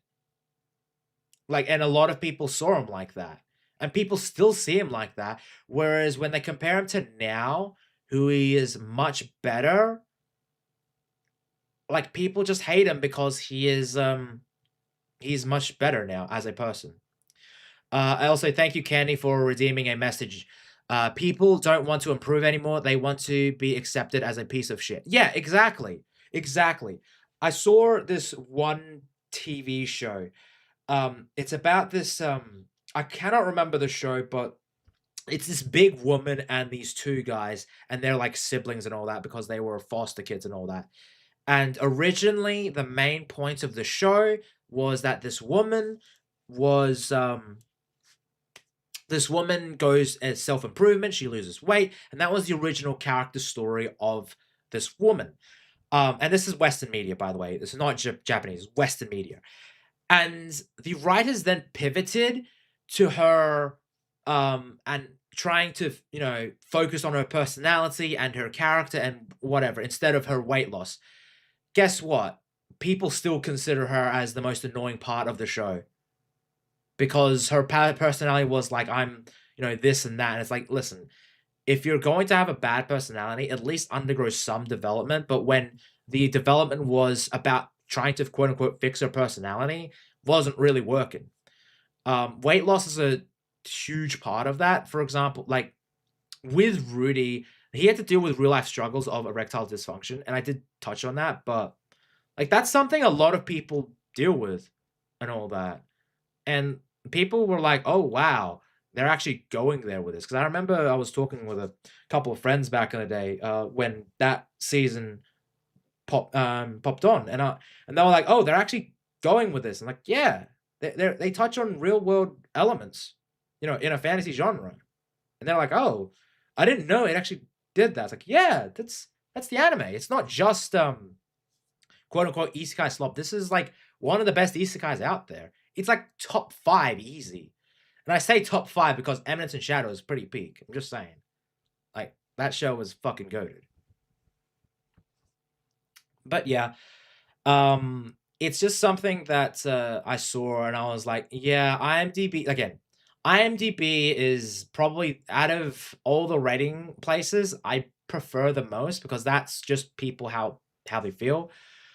At the same time, it's like ReZero came out with like a 9.9 out of 10, like on IMDb, which is insane for like an anime, and it just shows that like anime is like really getting into the main sphere of things, and the cat's out of the bag now. Like, this is like, anime has gone full blown into the cultural sphere, to the point where a lot of places are just advertising anime as a huge thing, and with more and more like this, tourists are coming in, and that's my worry. Also, thank you, Dejronic, for coming by. You have a good one, dude. But yeah, I just don't like tourists, man. I just don't. See, I'm sick Draconic. of it. I don't, man. And I know that I know your feelings about tourists pretty well. Pretty well.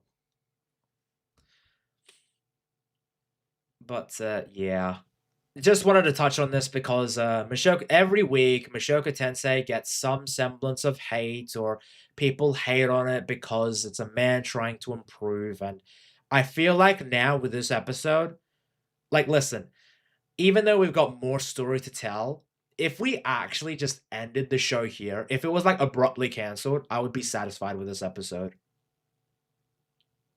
Like, I know there's more, but like, I feel very satisfied with this.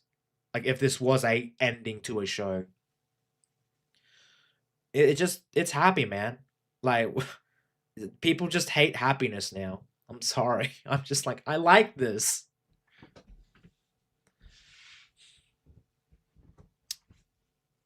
But yeah, with that, let's move on to some other anime news.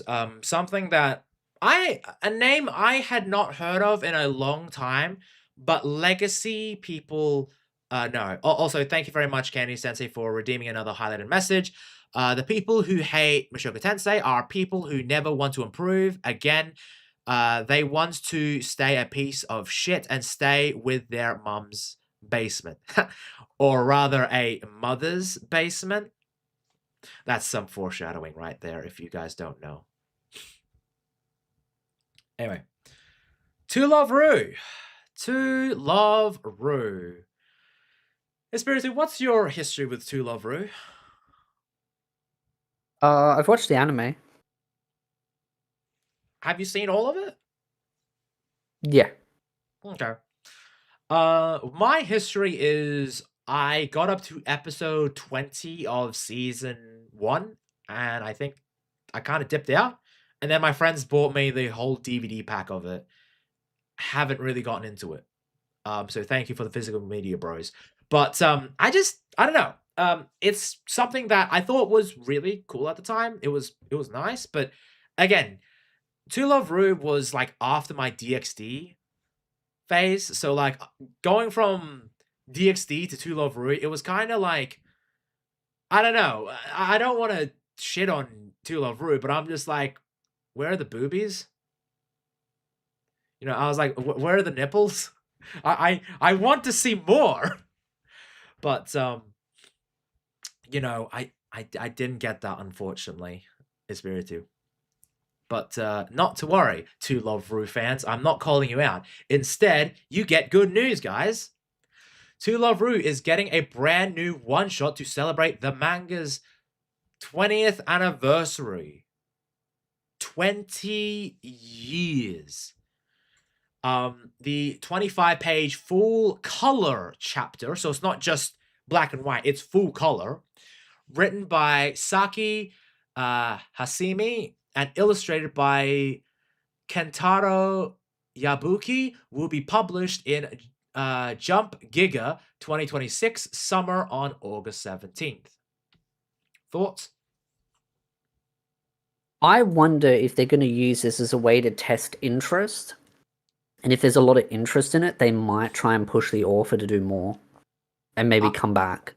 I have a feeling too. I have a sneaking suspicion this is just testing the waters as to like, oh, okay, do you want more of this? We can do more of this. And I feel like this is what it's doing. And I think maybe the authors or the writer, like Ford to Lover, the writer, artist, whatever you want to say, I think he's had enough time after his divorce that maybe he's interested again, then getting back into it. Yeah, Because for those that do not know, the main female protagonist for Televeru is apparently based on his wife. Yep, and as you can see, he's got a lot of anime adaptations and all that of his work. And if we go to his Wikipedia, December 2020, he was working on a new series called GT Girl. But Televeru never concluded. Yeah. Joyver. yeah, Jovoy, it did not conclude. It ended with, I think, To Love Ru Darkness, if I remember correctly, which was the sequel. But and there's 16 million copies in circulation of the two manga series. So To Love Ru 2006-2009 and To Love Ru Darkness, which was 2010 to 2017. So it's been about 9 years since the ending of Darkness. So this could be a revival of it. Yeah, I'm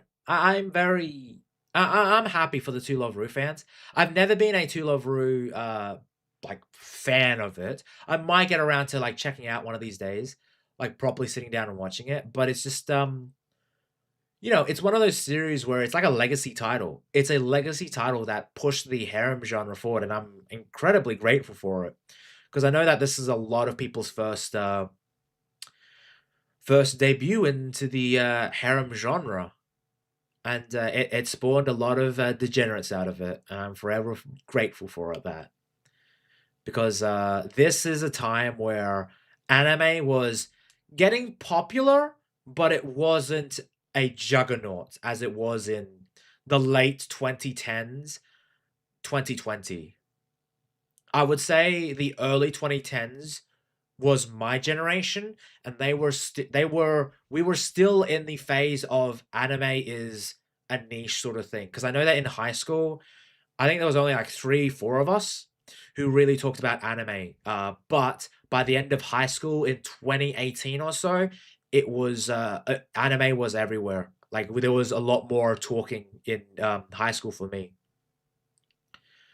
When did you notice the shift in like anime sort of just expanding?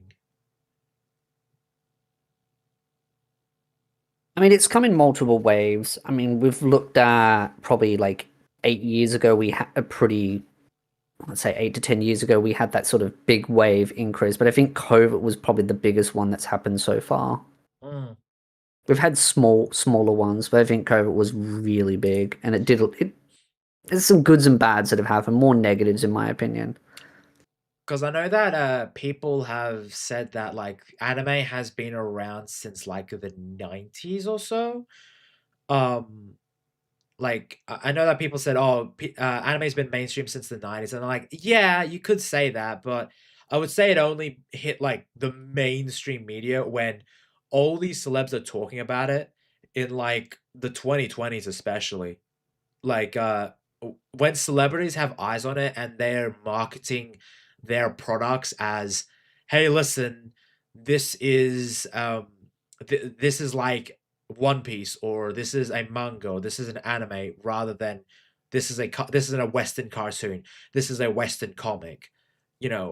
Anime and manga and Japan in general has hit the cultural sphere, and you can't go back now. What you can do is you can do what Espiritu said: start small, work your way up to gatekeep. which we need to protect these franchises and series from like tourists and censoring. Because call me crazy, but I want the original version of a story unaltered. Whether it be good or bad, at least it is the creator's vision. Why I gatekeep. Yep. Might not Gatekeeps. be something everyone loves, but it's why I do it the way that I do it when it comes to my communities and Discord servers. It's why I keep it members only, which, lucky for Americans, they don't have to pay as much next month. Yeah, that's good to hear. Again, I need to get that sorted because like I looked at my It should change for everyone. it hasn't changed to me yet. But if it goes up, mine's from 99 cents to like well, at 99 cents US dollars to like it's gonna go up. Yeah. So I'm gonna be honest, if it goes up, I don't think Probably I won't will go up change much. it.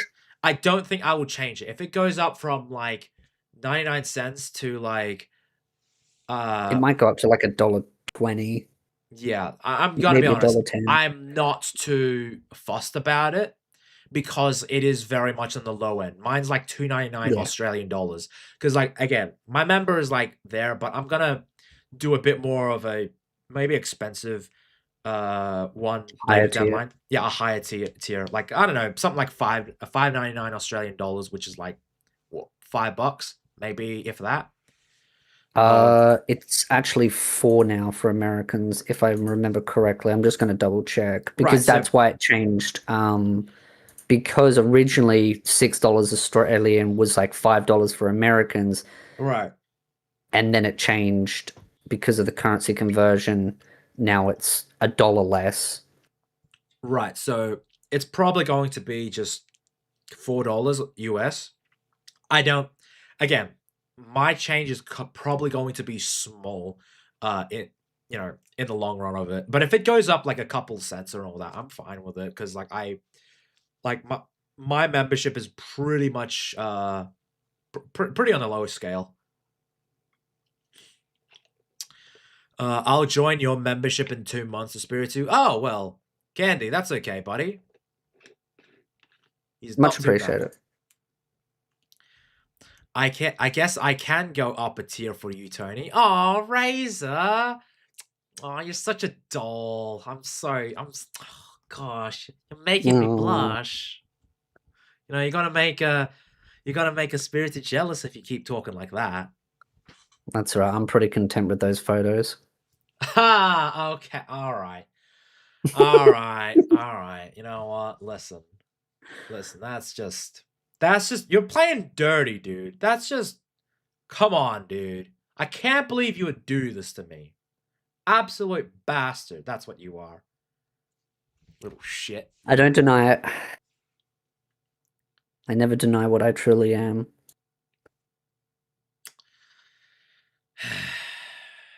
Okay. Okay. I'm not gonna crash out. I'm just like I'm sick. I'm He's sick. composing. I'm sick of your bullshit.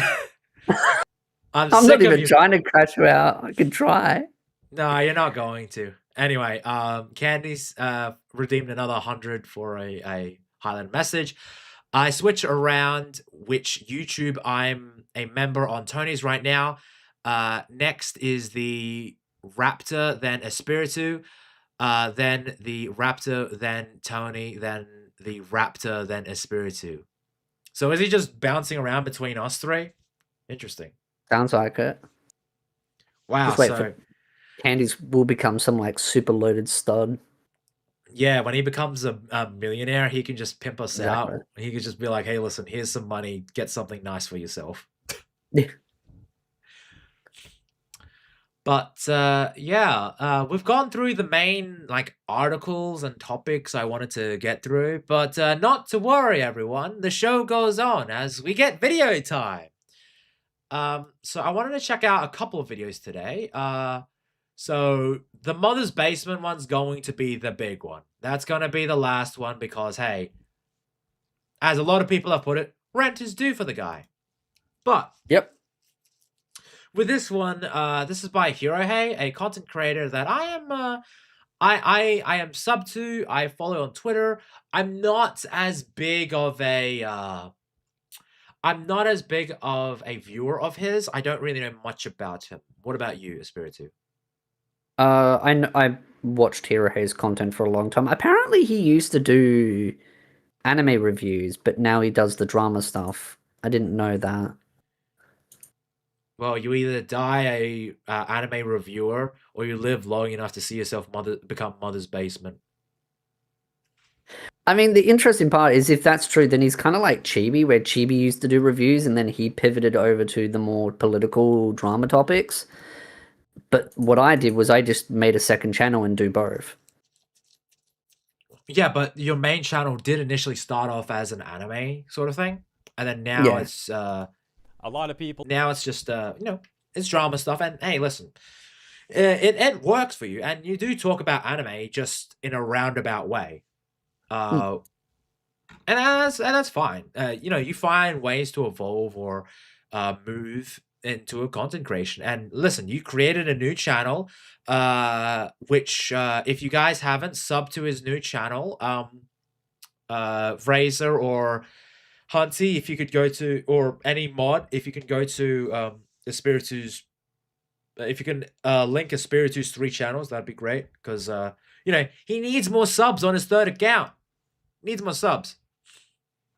That's the Nikkei channel. So if you want Nikkei content, Yeah, Nikkei content. He's going to go deep dive on this shit. And he's going to have, gosh, guys, God forbid, he's going to have an opinion. What? He's going to have an opinion on Nikkei. It's truly remarkable. He's going to piss off all the Nikkei fans by insinuating that everyone is interested in his opinion. They're going to love it. what is Nikkei? Nikkei. It's peak content. Do I need to bring up the game just to show you guys what it is? I can. I sent you a cosplay in chat. You sent a cosplay? Yeah. You'll realize when you open it. Good lord. I don't The rappy know. one's kind of hot. In the pool?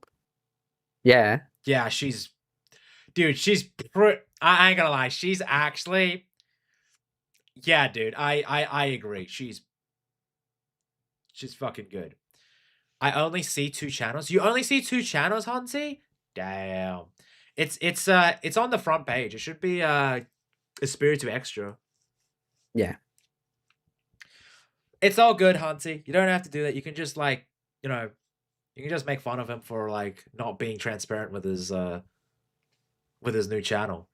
He tried to be like, "Oh, it's an Easter egg, guys. It's an Easter egg." I'm like, dude, you're making a 3rd channel. I think you should probably advertise that shit.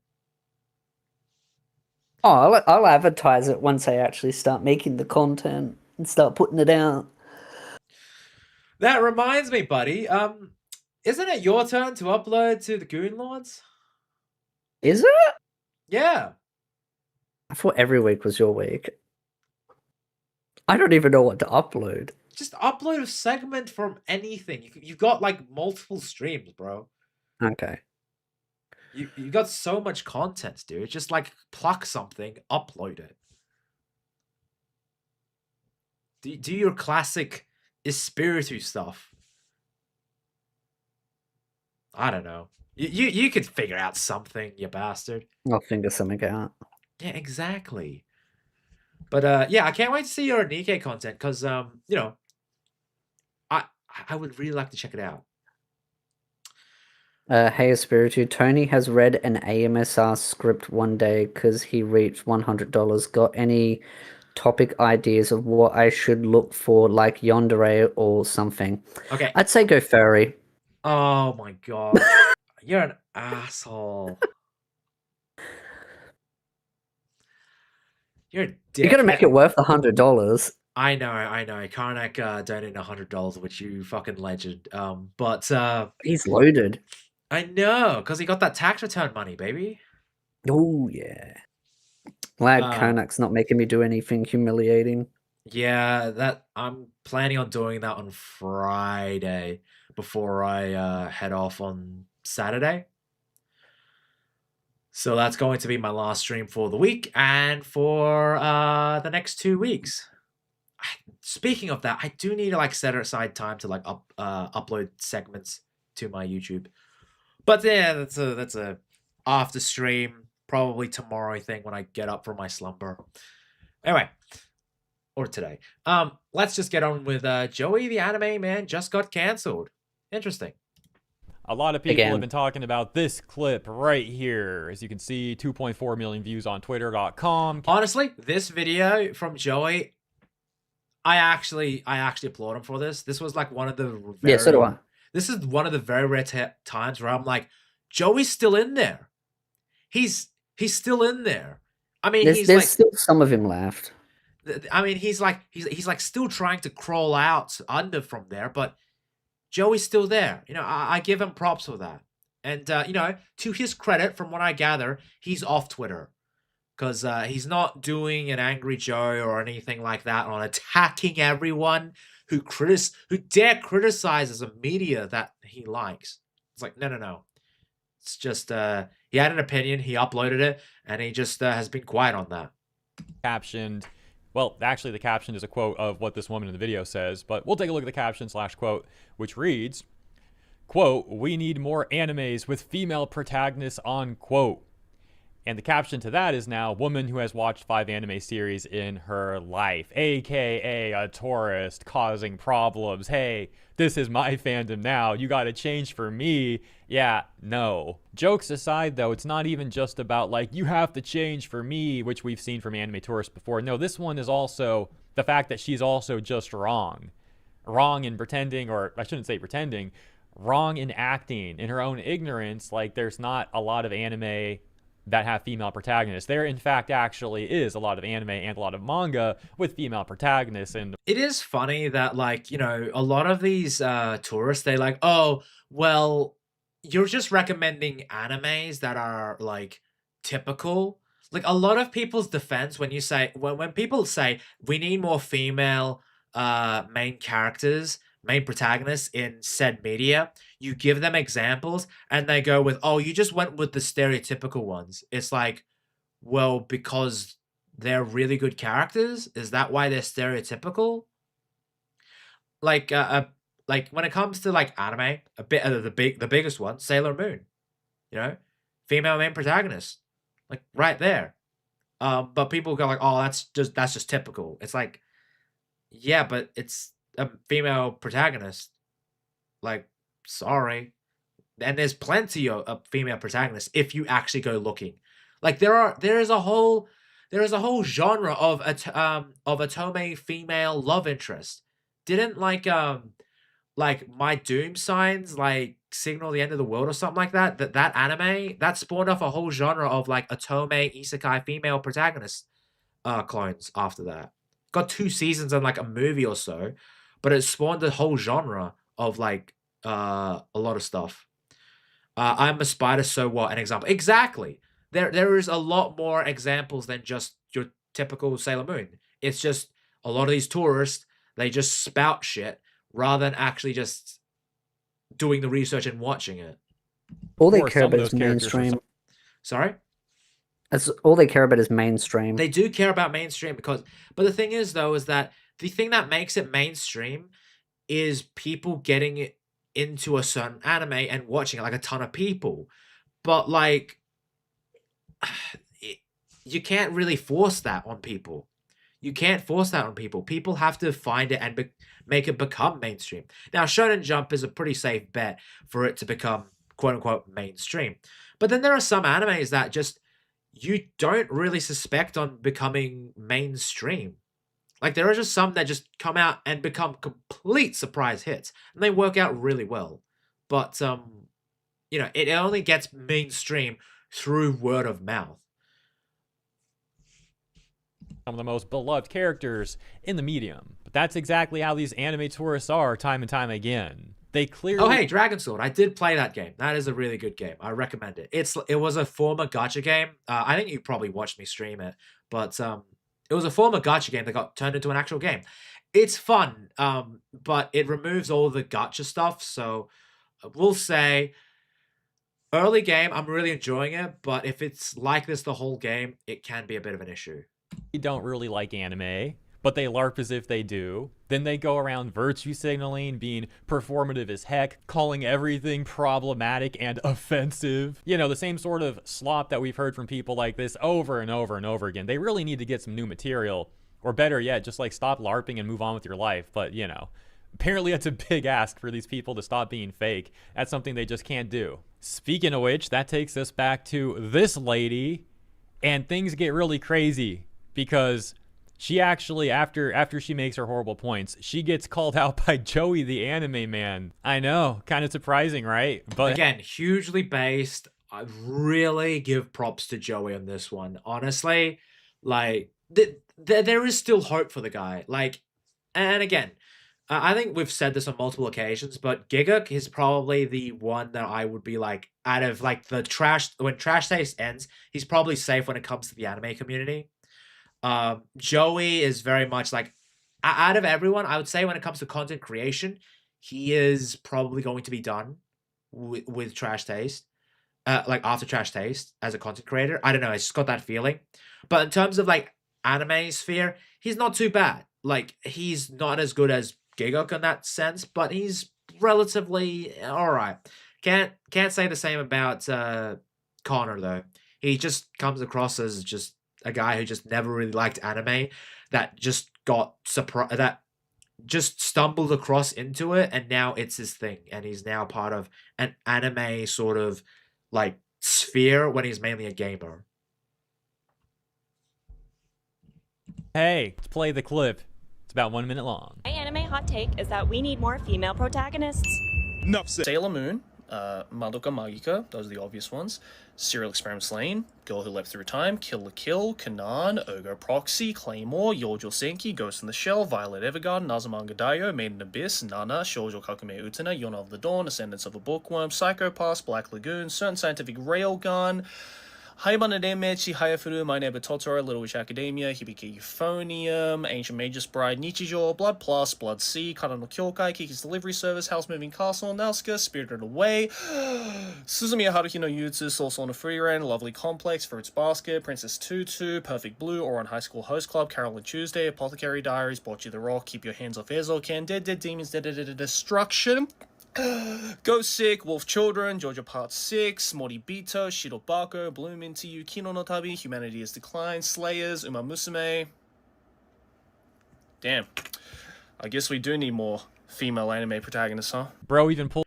Again, like again, this is just off the top of his head, and he was able to name that many. And again, Hansi says Princess Mononoke. Like, there's so much more out there, and this is just all the ones he can think of off the top of his head. So it's pretty damn impressive, and there is a ton of female protagonist animes out there. Yeah, so one of the most popular is Sword Art Online.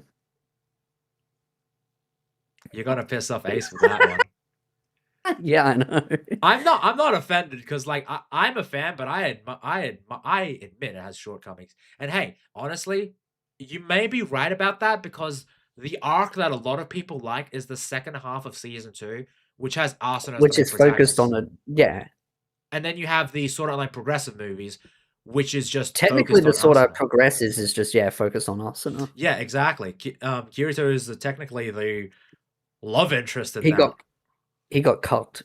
He got cocked. I mean, listen, I enjoy Sword Art. I'm not really a big fan of the second half of season 2. Like, fucking, I'm sorry. But I will admit it has a lot of faults. But yeah, you know, you are right about that. Because the best arc in season 2 was the one where, well, a lot of people consider the best arc is the one where Austin is the main lead. Like a reverse Aizen at the end there, starting without the glasses, but then adding the It glasses. is funny because I did actually watch that with my sister, and we got to that second half, and she was like, "It's so boring, fucking kill me." And she just fell asleep halfway through. I was like, Brett, we need to get through this. She's like, no, can we just go back to Kyoto hype moments? I'm like, Yeah. okay, fine. Classes at the end. And some people were like trying to defend her, being like, that's not even that many. And it's like, dude, he's not going to literally list all of them. That would take forever. It seems like he was really just going off memory or something. But the anime. Yeah, the whole point of like, oh, that's not that many. It's like, dude, are you kidding me? This is just off the top of his head. Do you want him to compile a fucking list of all the female protagonists? Is that what he has to do? They're never happy. That's the problem. Anyway, obviously, Twitter reacted appropriately to a figure going up against this. Tourists, they are very offended at Joey's take. So they, believe it or not, this is crazy, they went to Twitter to complain and be offended even more. I see that flag in that profile. Yeah, it's got the magical flag. The magic flag. The one you dare not question, otherwise you get attacked. Yeah, they're more protected than the money ones.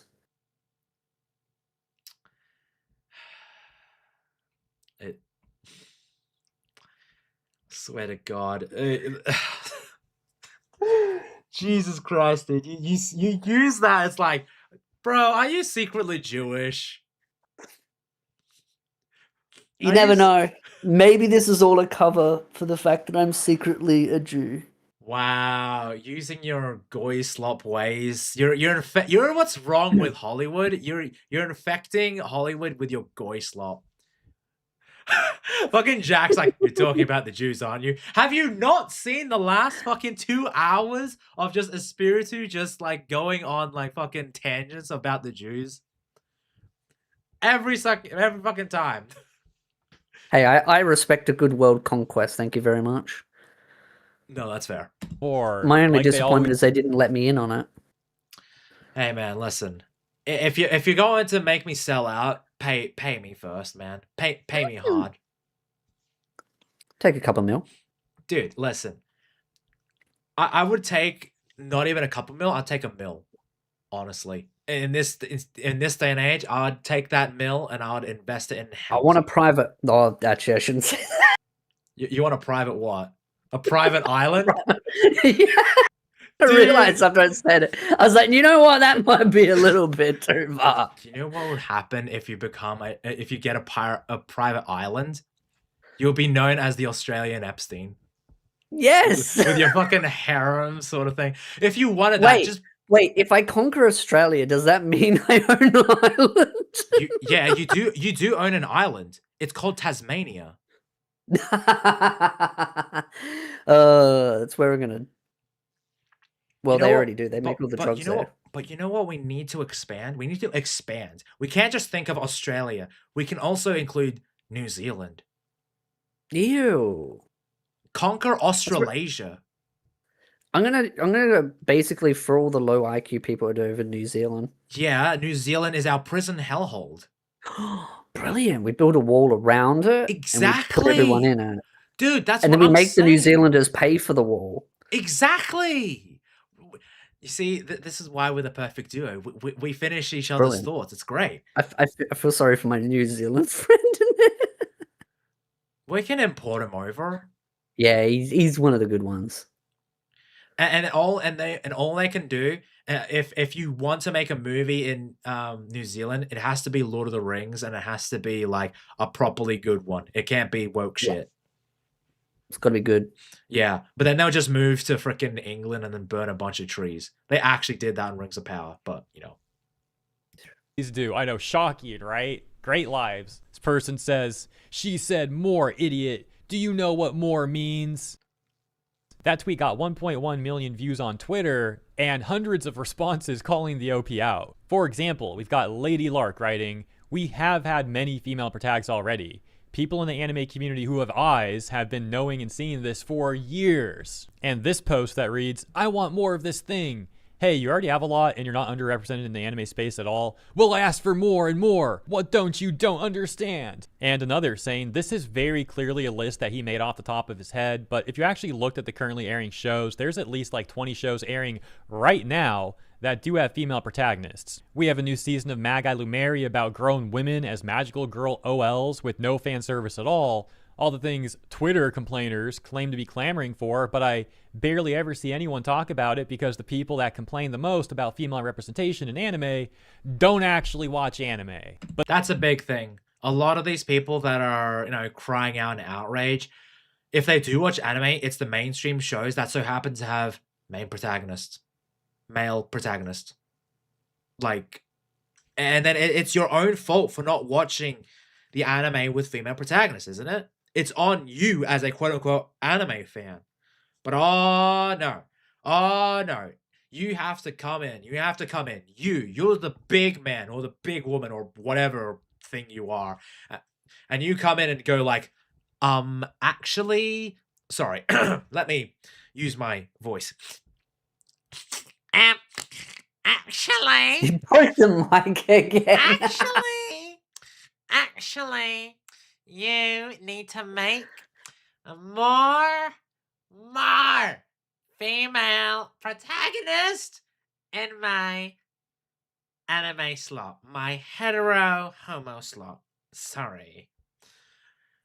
But yeah, just I fucking hate it. And like again, it's like a lot of the and then if you like criticize them, they call you a chud, which is always funny. I'm always like, oh, okay, so I won the argument. Thank you very much. the offended people were not done. I like this comment. Joey's now a chud apparently. Says, I'm crying, this chud loser, in reference to Joey, who wasn't even relevant 10 years ago, pronounced it Madoka Magica. That's just... Bro. This is actually funny. This is actually funny that Joey's being called a chud. I think Joey it showed is... me the virgin, doesn't it? If I remember correctly, it comes from a movie. Hold on. Chud meaning. So Chud stands for Cannibalistic Humanoid Underground Dweller. So it's based off a movie called Chud from 1984. It's a horror movie. Oh. But yeah, you know what? Maybe we should do a watch party and watch the origins of Chud. Like, it's from the 80s, so it must be interesting. But yes, Chuddites, welcome. Even the women are apparently Chuds now. It's too funny. Let me guess what's next. They're gonna call him a Nazi? Is that it? Hey, he was harassing this innocent girl who did nothing wrong, and he's literally a Nazi. Here's another tweet that's upset with Joey. This one has 8,900 likes. Says, just because you can name 20 doesn't mean there shouldn't be more, LOL. You would die of old age if you named all the male protag anime. They got... You'd probably die of old age for all the female ones too. That's such a straw man argument. It just feels like... It is. It just feels like, dude, are we seriously doing this? Like, by that logic, if I, like, again, like you said, if we just did the whole female argument, like, we'd be here until we're, like, 100, if more. And, like, but then you do the equivalent, and then they're gonna be like, actually, but there's still more male protagonists. Yeah, but there's still plenty of female ones out there. What's your point? Like, sorry, I don't get your point. a response from Kukurio that says, you would also die of old age if you named all the female ones. The point is precisely that you claim there aren't any because you lack any anime knowledge, so you don't know there are as many female characters as male ones. Then we have this tweet with 7,400 likes, also upset at Joey, saying, the anime man is such a jerk. In the full video, she specifically... Hold on. You misquoted Hero here. I've got a nitpick to go with you. What does the tweet actually said? It calls him a dickhead, which he is, but still. Specifically talks about Sailor Moon. and at least one of the other anime he brings up as a counterpoint, and admits there are many. Bro, that just makes her sound even worse. What do you mean? She brings up that there's 2 examples. She says that there are many, and she can only think of 2. And one of them is like the most obvious example, Sailor Moon. I mean, come on. Come on. There's probably people that don't even like anime that can name more than she did. How is this supposed to help her argument? Like I said, this... Okay, Spiritu, name a couple of female animes. I mean, Joey named all the good ones, but I mean, I can name one. Freezing. oh, that's actually a good one. Yeah, I've got the manga for that. Damn it. See, I was looking around to check my mangas, and I realized my mangas aren't all in the room, and I'm like, damn it. Sorry, I'm putting you on the spot, but it's just sort of like a, well, I mean, Joey named all the, but there's more to it, because I just thought of an instant one. Freezing. There's that. Dance and the Vampire Bond is technically kind of focused on Mina Tepish, even though, yeah, there is kind of the guy, but actually she's the general main focus, really. Karnak Cat says Tiny Senpai. Yeah, Tiny Senpai's another one.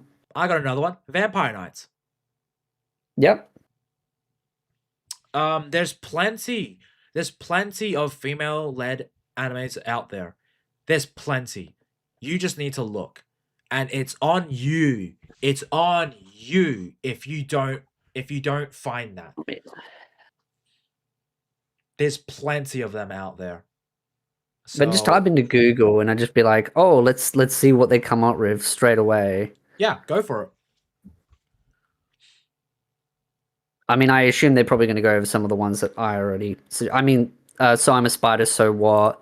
Atoma Game, which I'll get the English translation because I am reincarnated in Isekai Game as a villainess, or My Next Life as a Villainess, All Routes Lead to Doom, which is a really good light novel series. That's the one that was the one I was thinking about. I was like the Doom Signals and all that. I was forgetting the name of it, but that is the one I was thinking of because Gun Gale Online. Gun Gale Online, yeah. I don't want to get hurt, so I'll max out my defense. Yeah. Oh, that's a nice one. Which one? It's a really good romance one. I'll bring it up. Reincarnated as a Sword. Oh yes, Reincarnated as a Sword. Isn't the actually, speaking of that, isn't the anime about the vending machine one? That's a female protagonist, right? Outside of the whole vending machine, like, isn't the main protagonist a female? I don't know because I actually haven't watched. I don't know if it focuses on the vending machine or her. Okay. But it could focus on her a lot. I'm just pulling up a bunch. Another one is I've been killing slimes for 300 years and maxed out my levels. The Saint's magic power is ominent. Tanya.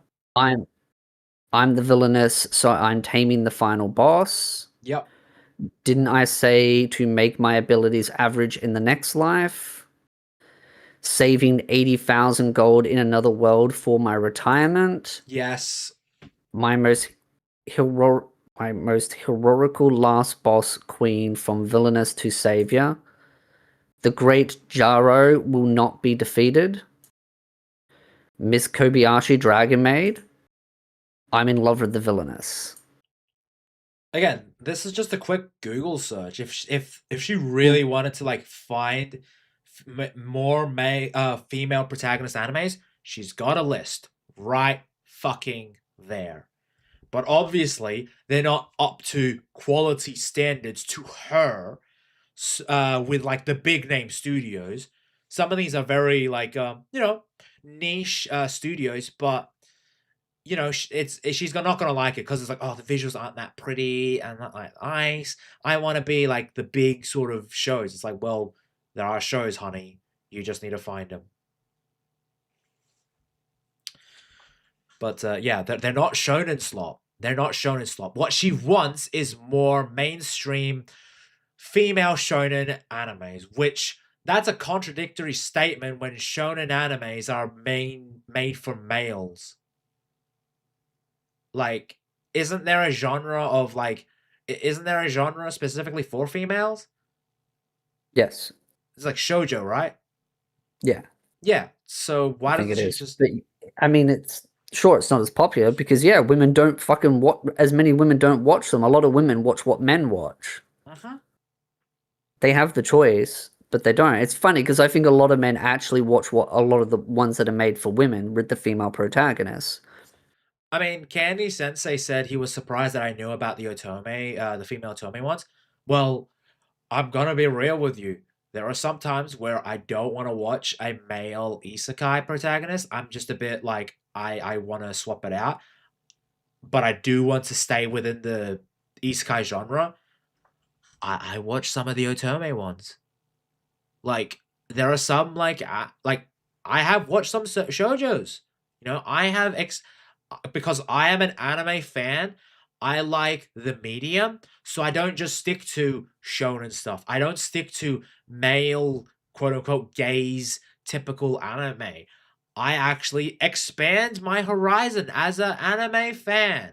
Call me crazy, but you know, listen, what do I know? I'm just a quote unquote chud. This makes her sound like even more of a tourist. And the response ends with this person saying, she just likes them and wants more. Stop farming straw men for content. Look, if that's really all it was, that she likes them and wants more, that would be fine. But she was clearly trying to come at this from an angle of like, this is problematic and something needs to be done about it. And it's coming from someone who, again, has no idea what she's even talking about. Which became even more clear in that post that was trying to defend her, but only ended up making her sound even worse. Let's check out some of the top comments here. Let's see what people are saying about this one. When you say, quote, we need more, unquote, of something, it insists that there isn't a lot of it, which is not true about female-led anime. This is another example of people complaining just to complain when it genuinely isn't anything to complain about. Okay, Hirohi, you're censoring yourself. You're censoring yourself, buddy. That's my critique of you. Like, I'm gonna be honest. I really like the video. He does it because of the fact that YouTube will demonetize him. I know, So I get it. but like bitching, come on, dude. Details matter, but I get it. YouTube is very shitty when it comes to this shit, but you know, it is true that a lot of these fans, quite like say fans, very much tourists, just need something to complain about rather than just admitting that there are female protagonists. They just don't watch them because they don't. They're just tourists that come in, they watch the mainstream stuff, and then they complain about not having representation or whatever. And this one that says, my thing is, whenever women say this sort of thing, they often ignore the previous female characters who crawled so modern day female characters could walk. I know so many women who claim to want more female characters, but they've never watched the animes he mentioned. I might have actually just found one of the craziest comments defending the woman in the clip. Oh, fuck, all right. Check this out. Yeah, this woman didn't say, quote, there are no freaking anime ever to exist with a woman protagonist, unquote. And as someone who is more than a casual interest in the genre, I probably watch 50 to 100 anime. I've never even heard of the stuff Joey mentions outside of Sailor Moon. That just shows how much of a casual he is, because some of those are pretty big.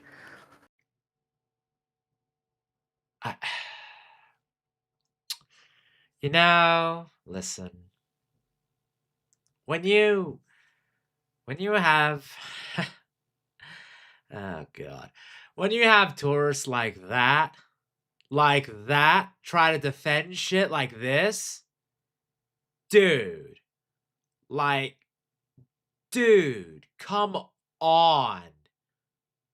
Like, how do you not know some of the animes that Joey has said? Again, like you said, there's a lot of big ones in there. I know a lot of people have very mixed feelings on Made in Abyss. I know a certain content creator that we are familiar with does not like that show. But it is a big one in terms of the whole female-led protagonist genre, as it were. I want to think this is bait. Like, there's no way, right? How have you never heard of any of the anime that Joey mentioned in that clip except Sailor Moon?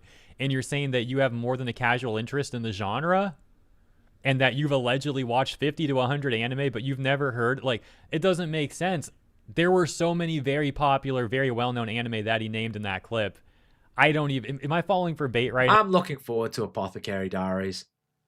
Like, I Dom, cannot wait. And the movie. Dude, the Oh, movie. that's right. If Dude. the movie, we need to watch the movie together. Yes, the movie. Yes, let's go, movie.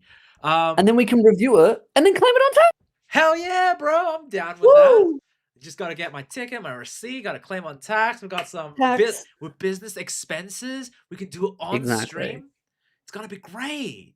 It's going to be peak. It's going to be legendary. It's going to be amazing. I know. We're going to love it.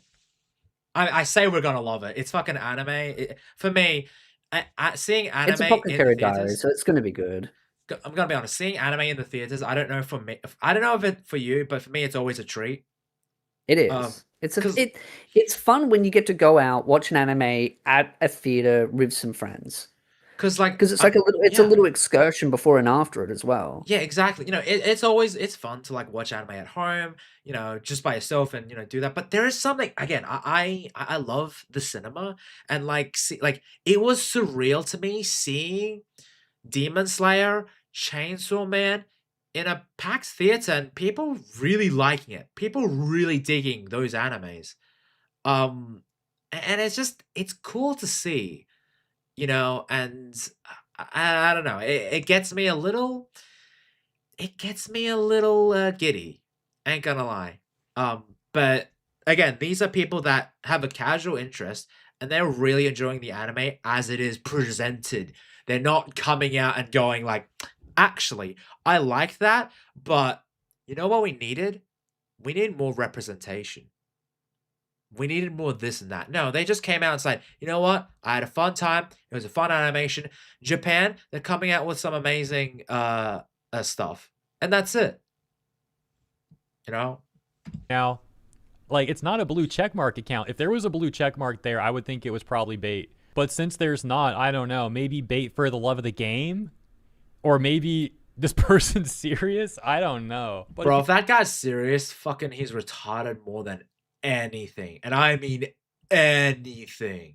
If you made it this far, we'll end the video with a little trivia, a little game, if you will. And the game is Guess the Anime. So it's an older anime. It's one I saw a long time ago, and I liked it back then, but it wasn't one of my favorites. And my favorite character in that anime back then was actually a side character, and he got a really bad ending. So I was kind of just disappointed and upset about that when I finished it back then. But I've recently been doing a rewatch of this anime, and now the actual main character is by far my favorite character. I don't really care about that side character anymore. I've moved on. But this main character and the anime itself have both become, like I said, one of my favorite characters, and now also one of my favorite anime. On top of it just aging really well, certain life experiences I've had since then, dealing with death and things like that. We're not going to get into all that stuff, but my point is, it's given me a new perspective on this anime and a brand new appreciation for it that I didn't have the first time I watched the show. And so the reason I'm bringing it up is because it could maybe go on the list. It wasn't on the list, and it really would not go on the list, but by the very end of the anime, through sheer technicality, you might be able to argue that maybe it could go on the list. But yeah, it's a little bit complicated without spoiling anything. So that's all the hints, or rather, those are all the hints I'm going to give. If anyone can get. So, what hints? What do you think? So what was the context of this said?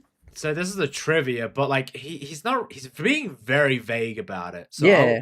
I'll replay it, but he is very vague because he said that the side character was his favorite character, and then like it eventually became like his that was his favorite character, and then now his main character is his favorite. So I'm like, I don't know.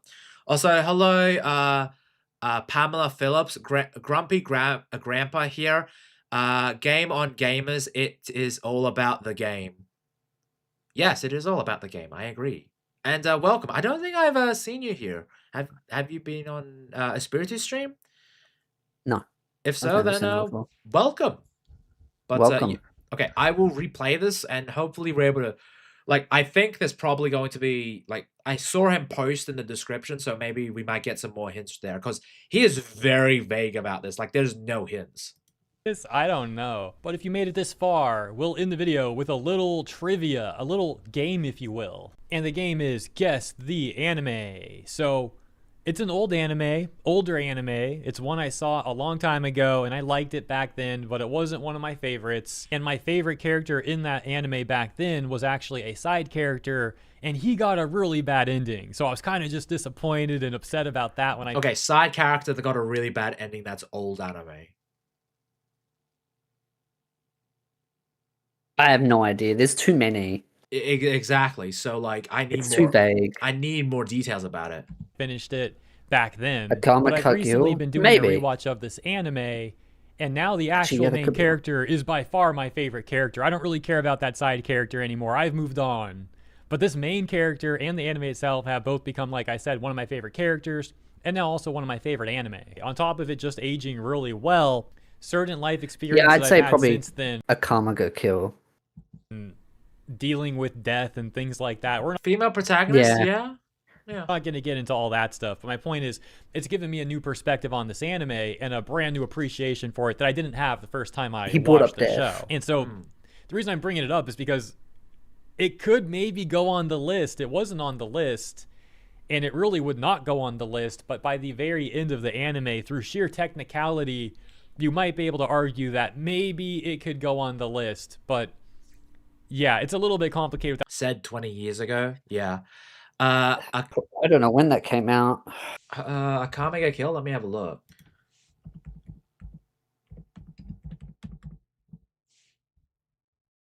"2014. The TV show came out in 2014. That being I mean, that's almost 20. Is that 20? Almost 20? No, is that 12 years? My 12 math. years. But that being said, the original run of the manga came out in 2010. Then I don't know. So if it is older, then Rusty says potentially Blood. We'll find out if he says at the end of the video. I'm not sure he says it in the end of the video because he did have it in the he did have a pinned post, so he might have more hints there. Also, Rusty says Akame didn't end well. Didn't age well, for your information. I haven't seen Akame Kill in a long time, so I would say Akame Kill is a very beloved anime, but a lot of source material readers didn't like it because of how it ended. But it's still a very beloved anime. I haven't seen it in a long time, so like I can't really comment on it. Like I think I watched it once as a kid, and I'm gonna be honest, I wasn't really paying much attention because fucking high school kicked me in the dick at that point. So I was mainly concerned with getting through fucking year 11 hard, especially year 11. That was my worst year. Thanks, you bring up. I'm remembering high school. Fuck you. That's not my fault. I know. Fucking goddamn it, Rusty, making me think of a comic kill. Yeah, Without spoiling Rusty. anything. So that's all the hints, or rather, those are all the hints I'm going to give. If anyone can guess the anime in the comments, hopefully I see your comment, and I will give you a heart if you guess right. But as for the video, that's it. That's the latest. Now you Let me gotta know look what for you a think heart. about the situation. Have a wonderful rest of your week. Up. Okay. I had more people playing the trivia game at 7:44 than I expected, which is cool. But the comments also made me realize my clues were not good enough. No shit, buddy. No shit. Okay. I'll zoom in for people. So I'll just post what anime that I talked about was for anyone curious. Just click show yeah. more. Okay. The anime that I was talking about is .hack//sign. You seen that? I haven't, but it's an old classic. When I watched it a long time ago, my friend had recommended it to me because he found that I was PKing in MMOs and he thought that was really cool. that really surprised me since I never viewed PKing as anything special. He told me it reminded him of a character called Sora from an anime called .hack//sign and told me to watch it. So I watched //sign and was rooting for Sora. And he's the side character who got the bad ending that I was talking about. All these years later, I recently rewatched it.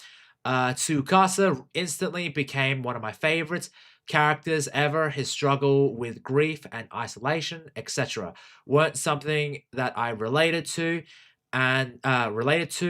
on my first watch, but they hit different now. Even that aside, the entire anime has aged really well.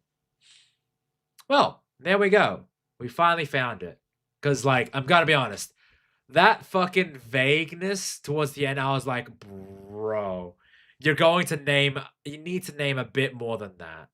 I'm gonna be honest, but Yeah, it was very vague. Vagueness aside, as a video, how do you feel about it? I think Joey's take on it was right, but does people crash out? Because again, anytime someone actually points out how hypocritical and stupid they are, they lose their bloody minds. I am actually glad that Joey doesn't really use Twitter anymore, because that way, because I feel like if he was on Twitter, he would fold. I feel like if I think old Twitter maybe, but I think he folds the lefties too easy now. He's too much of a softy. And the lefties hate him, but he keeps bending the knee to them. But that's the majority of his audience, isn't it? Or what's left of it? Yeah, probably. But that's the problem. That's what happens when you feed into a crowd that doesn't even like you. You're never going to be able to satisfy them, and that's Joey's biggest downfall. Is he cared more about pleasing a group of people that hated him. He became resentful towards the very people that actually liked him. Because because I'm looking at his main channel at the moment. I was just curious, and like his last video was 2 months ago, 36,000 views. He mostly uploads on his second now. It is crazy that this is his main channel, and like, again, like, this is why a lot of content creators are moving over to different channels, because you can't really do multiple content on different. You can't do variation anymore. You have to hyper focus on something on a channel. Thank you very much for the highlighted message on Twitch once again, Candy.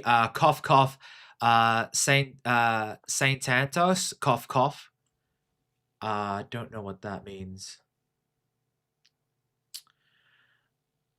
But yeah, I don't know. It's just like Joey used to be, again, I used to be a fan of the guy. You used to be a fan of the guy.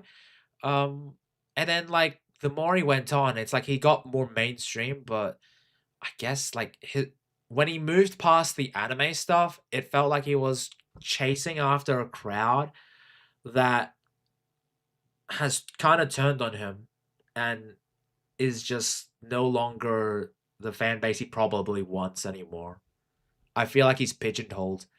And like I look at his views now, like again, 36,000. Slowly declining. 36,000, 209,000, 86,000, 286,000, 83,000, 105,000, 145,000, 202,000. It has gotten a lot worse since like 8 years ago with PewDiePie, but 7.7 million.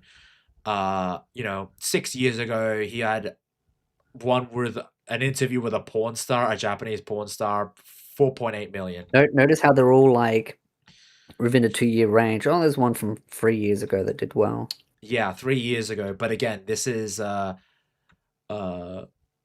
this is like very clickbaity. And then like 5 years ago, 7 years ago. Again, this is very much like years ago stuff. There's one outlier, but like I'm looking at all this stuff and it's very much a years ago sort of thing. And again, I remember the time. That's when Joey first started, was 11 years ago. Yeah. So that's what I mean. He was at his peak in his very early stages, and now he's kind of at that point where he's just fading out. So he's had to start a second channel. Well, again, that's why I keep saying that I feel like he's gonna be done after Trash Taste if it was content creation. Sea Dog has moved on to streaming, which he's a very popular Twitch streamer, regardless on how you feel about him. Well, Twitch promotes their favorites anyway, so Yeah. we just don't know if he's really popular or if Twitch is just deliberately pumping the numbers. True. That's why a lot of them don't like doing it on YouTube, because it's a more equal playing ground. But then you also have like Giguk, who uploads, I say regularly, but his views, they have been declining, but he still ranges pretty well on his main channel. That's because Gigot still sticks to core of what he does, which is this sort of the Anime, yeah. seasonal topical thing, but he doesn't do it that often. Where is Joey's secondary channel? Because I am. I can curious. link it. Oh, got it. Joey Bissinger. Yeah, that's it. Yeah. So let's check out what his channel does. 19,000, 9.3 That's pretty thousand, good for his channel size. 29,000, 15,000, 33,000, 22,000. This is pretty much every couple of days or so, and he's making just as much views as he is on his main channel. Because he's 80,000, uploading more yeah. regularly, so he's doing more simpler, low edited quantity over quality. 80,000, 30,000, 13,000, 33,000. He is uploading quantity over quality, and it's working. Because the quality stuff that he is doing on his main channel, again, it's not doing the views as they used to. No, it's not. And again, if you want to see more of his main stuff, go to Trash Taste. And again, even Trash Taste is sort of diminished over time. 315,000, and that's 3 days ago, compared to at their peak, which was their first video, 2.5 million. Again, it's still a successful show. I'm not denying that, because they've got. It's just they don't have the same steam behind it. You've also got to remember those views are pretty much going to divvy up all the people that work for them. So there's staff that works there. And that's the problem. I don't think they're making quite the money that they need to probably keep that podcast going for too long. They might be on thin margins. This is also COVID too, by the way. Yeah. This was during a time when COVID was a big thing, and people wanted a podcast where people were together in a room and all that. So, there is that. But I wouldn't believe the vidIQ stats. But if this is a low ball estimate of 3.6 thousand, and that's not even including the So if this is just advertisements, 3.6 maybe minimum, but that's not even including the advertisements that they do, the back end deals that they probably have with all these other shows. That's not even including Twitch and all those Patreon stuff. So they probably still make a fair amount of money, just probably not as much as they did back in their heyday in terms of the ad revenue of 2.5 million, 2.6, 1.6, 4 million, 4.3, 1.7 million, all these large amount of views. But you ready for the video that I foreshadowed earlier? Yeah, I know. We've taken so long on everything else. I know. Hey, listen, this is the last topic for today, and it's a 26-minute video. You might want to put that on 2 times speed, or maybe 1.2. I'm gonna go pee again. If you want, I can put it on 1.25, and then we can slowly get through it, because it is your favorite content creator. Yeah, because he's a pain in the ass. Anyway, I will keep chat entertained while you go. So, yes, you've been put off for a couple more minutes, guys. So, how are we all feeling, guys, about, the whole Joey situation? Because, I don't know. I think Joey is right, but people on Twitter, just classic bullshit. I'm sleepy as fuck. Well, I'm sorry, Candy. I'm sorry. We're gonna be getting through it in a minute soon. As soon as our buddy needs to empty the old can. Joey is indeed right. He is right. He is right. While we're on break, I'm dropping links. Oh, thank you, Razor. You're a good girl. You're a good girl, Razor. Anyway, I'm just catching up on chat. So what have we got here? I blame Razor. Oh, thanks, Matt. You know, you can't just blame her all the time. It's funny, but still. I don't know. It is just fun to say. Fair enough, Matt. I won't question you there. Oh, hey, look, female protagonist. Oh, yeah, female protagonist. Yeah, this is the female protagonist of... I think that's the female protagonist of the game? I don't know. Support Tony here. Aw, you're a legend, Razor. But yeah, to say the least, a lot of this shit is like, you know, when it comes to Joey, it's like, it's sad to see him fade out, but you know, honestly, it's cool. You know, it's cool to see him like, you know, still defend. There's still the old Joey, and I'm like, you know what? He's still there. He's still in there. I like him. I like him still to some extent. But you know, maybe one day he'll go back to the way he was, but I don't know. Giga, I have better hope for. But you ready? You ready for the main event? Hey, he even admits it in the timestamp, paying the rent. So thank you very much. But it is time for the main event. Let's go. Let's do this. 1.25 speed because I feel like this may be a long one. I can already see the comments. Jeff roasting SAO in big 2026? Rent must be way past due. But counterpoint, if this was about rent, do you really think I would have dropped $110 just to watch a Sword Art Online movie? No, So he admits Again, tax writable off. Yeah. So... And you can play the game debunk. too, yeah. I didn't stutter. Unanswered / Butterfly is the latest film in the anime franchise that defined modern gamer isekai, and the only legal way to watch it is by shelling out for the Ultimate Edition of the new Echoes of Aincrad video game. Now, some might argue that really means the movie's only worth $20, since that's the upcharge from the Deluxe Edition, which itself charges you $20 for the privilege of pre-ordering some DLC and unlocking the game's permadeath mode, aka the only reason half the fans even want to play it without having to complete the whole campaign first, which is actually more valuable than it sounds, since that campaign consists of the exact same gameplay loop from the 30-minute free demo, stretched out for over 30 hours. Going through that twice might make me activate real life's permadeath mode. But of course, that raises the $70 question of whether 2 total biomes, 7 total enemy types, and 12 metric tons of padding is worth the game's base price. And if you don't... For what it's worth, I've heard that the game is pretty decent. Like, I am interested in playing it. It seems like a Souls-like sort of online game, so I'm like, you know, it seems cool, because my friend played it. And he said it's pretty neat.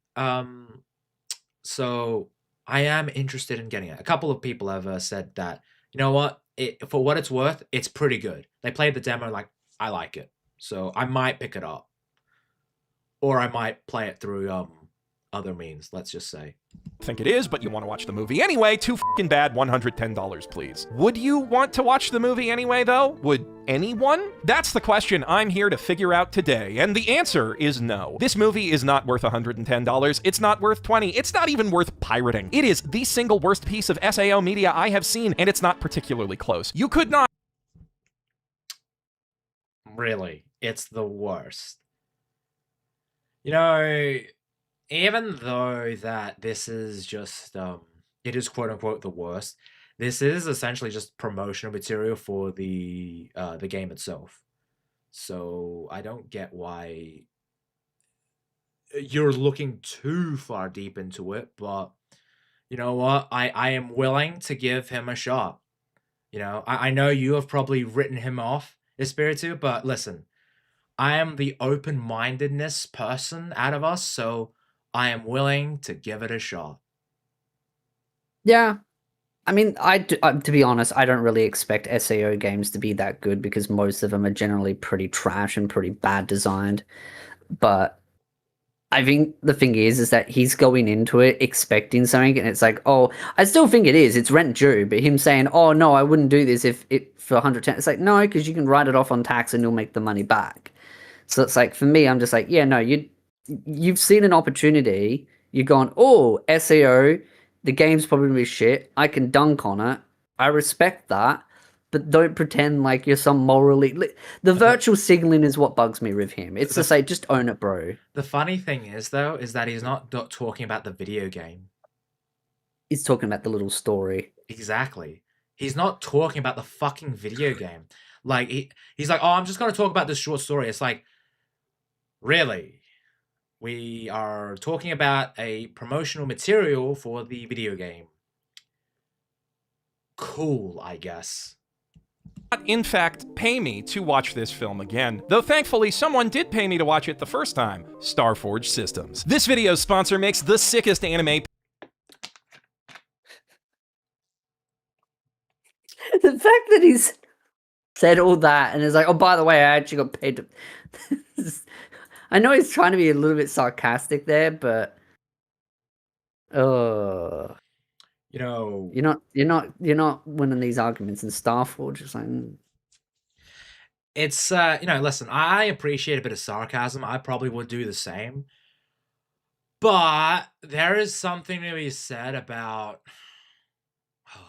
I don't know, the word integrity. I don't know. This just kind of rubs me the wrong way. And if this is how he's able to like watch it, it's like. So he said he couldn't pay, you couldn't pay me enough to like review and all that. So did he get the sponsor to sponsor him out the code for the game?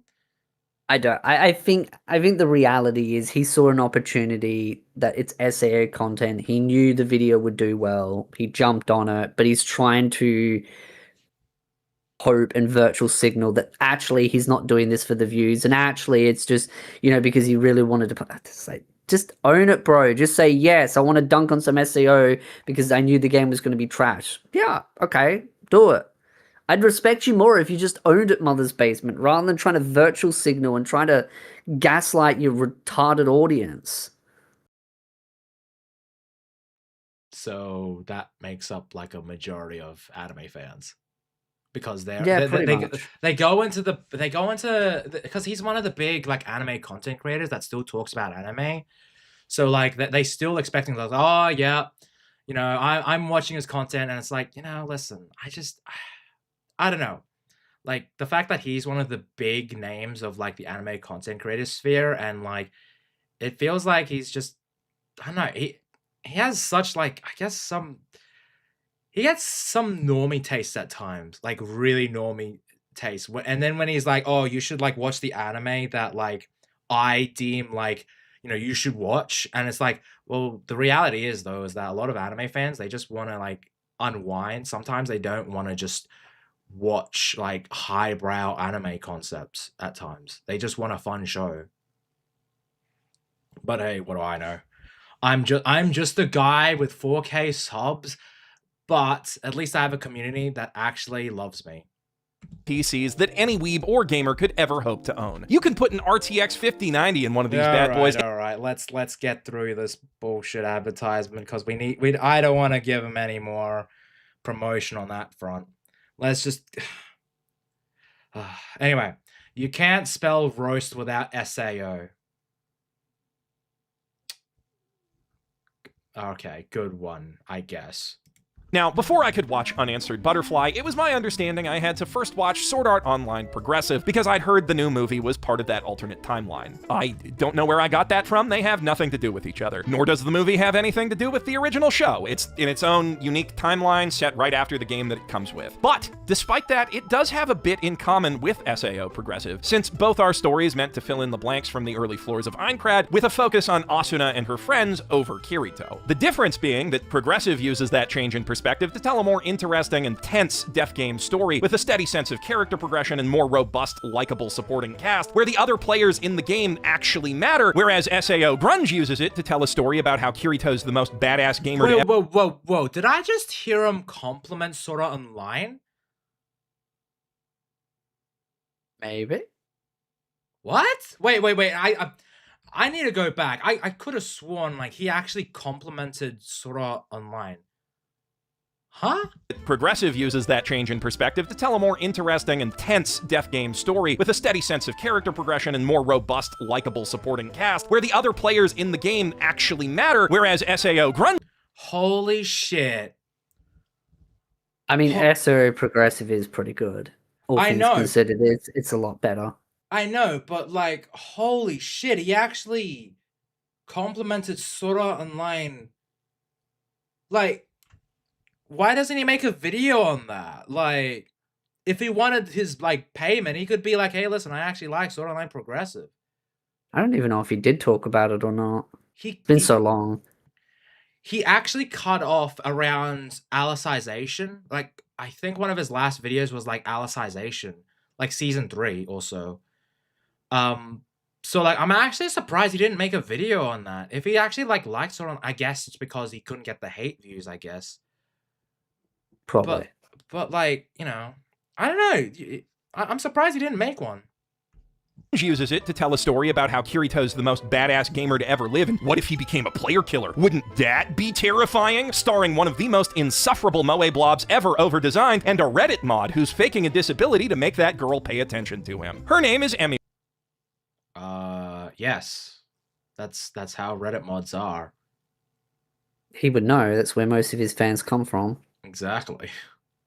And like 80% of the time she's on screen, it feels like she's being directed by Zach Kreger. So we're gonna do it again, and this time we're gonna go even happier and with your mouth open. ビーターがギヤーンってきても縦でミャッと弾いて剣でツビューンってやんのそうすれば私ら鬼すごインフィニティ Then the other 20%, she's just f***ing whining. To be fair, she does have quite a bit to whine about. Her whole party got wiped out by something off-screen after all, and then Kirito showed up with an orange plumb bob over his head for some reason. Did he murder them? Obviously not, but we're gonna spend at least half the movie pretending like it's plausible anyway. But then, who could the real killer be? The only other guy who was there? But he was on screen. He couldn't have been off screen. Real head scratcher, this one. Especially if you've seen the rest of SAO, which seems like a pretty safe bet for anyone desperate enough to buy this, because then, as soon as Emmy Rune's only male... Like, listen, if you're... Like, again, he has to have that dig into SAO fans, and I'm just like, listen, if you're gonna critique something, critique the medium. Do not attack the fans. I don't know. That's the Like- thing that I don't like about Mother's Basement, is that he's more focused on attacking people for liking things that he doesn't like. And it's like, that's just... It's unproductive. He did it with the isekai thing, where he just belittles people for not liking what he likes and then says, well, I have better taste than you, so you should watch what I like. And it's like, this is why a lot of the anime community thinks you're a condescending douchebag, Mother's Basement. And I mean, yeah, I know you are one outside of the content, because I've seen how you interact with people and how you've tried to even attack me and try and claim that I'm copying you, even though I'm not, but you know. I mean, to be fair, like, again, people will be like, we're hypocritical because we did admittedly, you know, make fun of anime fans in this video, but I guess it's about tone. Like, you know, we do it jokingly, but Yeah, I mean, there's all joking in it. there is but something about It's not... At the end of the day, I'm not going to mock someone for liking something I don't like. exactly. There is something about Mother's Basement's like comments where I'm just like, oh, it feels really directed. Like, you need I to don't know. watch I what feel I like I feel like how we approach it is much different than how he does. Like, yeah, we'll call tourists out for being disingenuous, but at the end of the day, if someone likes Rent a Girlfriend, sure, I think it's trash, but I'm Yeah. not going to sit there and say you can't enjoy it. I mean, to be fair, listen, I would make fun But of a it's- Rent but a it's- Girlfriend fan. But see, that's... Yeah, but But there's a difference between that and Yeah. then me saying, "Oh, these people calling for censorship within an anime, no, they're stupid." You can say, "Yeah, you're attacking the fans there," but I'm like, that's more they're attacking the medium itself. To be fair though, like, listen, I would make fun of a, you know, I would make fun of a Rent a Girlfriend fan, but like, it's like, oh yeah, it's Rent a Girlfriend Yeah, fans are but- cocks or but whatever. But I don't it's like- a joke. It's not, you gotta understand. I don't like picking on the disabled. Yeah. Oh, you see, exactly. You know, you know what? That's fair. You know, we need to do better. Well, at least I need to do better. I am. We going need to be more inclusive, so we're gonna Exactly. welcome in Rent a Girlfriend fans. Now, give us Exactly. all your money because you want to waste it on stupid manga. Exactly. You know what? I'm going to get a Chisuru VTube model. All I just need to do is I need to like make the money. So if you guys can cough up the dough, I will ask my artist to make myself a near one-to-one copy of that. So if Winning. you okay, guys, donate 500 Australian dollars and I will make one for you. You're welcome. maybe 700 because I need to get my rigor. So friend Rex opens his weirdly off-putting little incel mouth, you'll be thinking, there's no fucking way they just did the exact same twist from Phantom Bullet again, right? No shot this is that lazy. And you know what? They didn't. Her childhood friend doesn't turn out to be the secret serial killer and then creep all over her while threatening to stab her. He's her college-age tutor. 安心して。僕の可愛いプリンセス。この世界では結婚に年齢制限はないんだ。 So yeah, if you miss that old school flavor of SAO where every guy who's not Kirito, Egel, or Klein is either a high school bully or a secret murdering psycho rapist, this is the blast from the past you've been waiting for. The high school bully role is filled by this nameless dude who stands around their friend's funeral with Sharpay over here being all like, heh losers, your friends are dead. Classic Biff. Normally I wouldn't be sympathetic to these sorts of characters, but after hearing her speak, I'd shove Emirune in a locker too.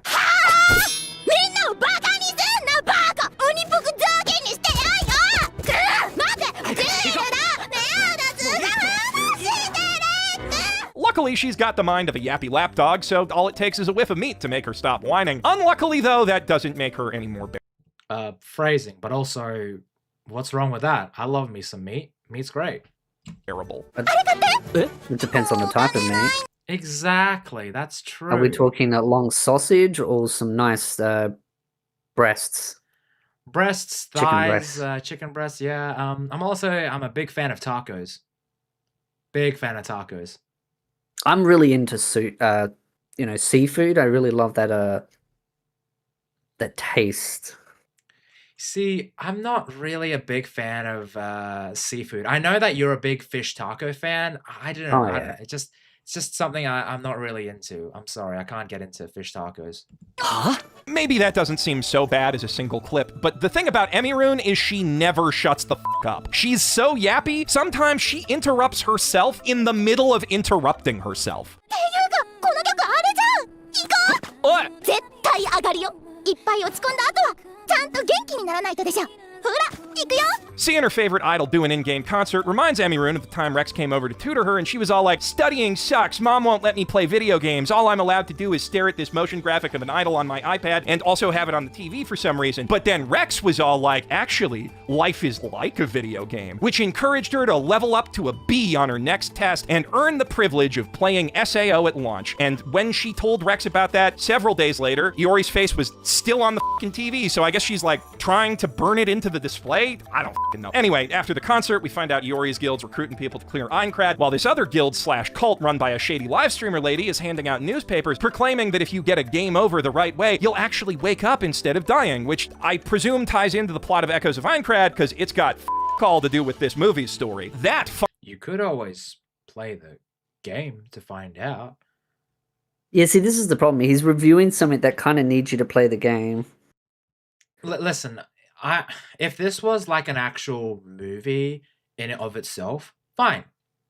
But the thing is though is that this is just promotional material for the video game, so I will you should probably get that in terms of the context, right, to get the full experience. But I don't know what he's doing. Like, he's clearly very much like, oh, we should, like, I'm gonna review it as like a short film, and I'm like, all right, but you're missing out so much context because it's clearly made to get you into the video game. Like, that's the whole thing. Finally almost gets started 13 minutes in when they see Asuna swinging around a new sword at Lizbeth's shop.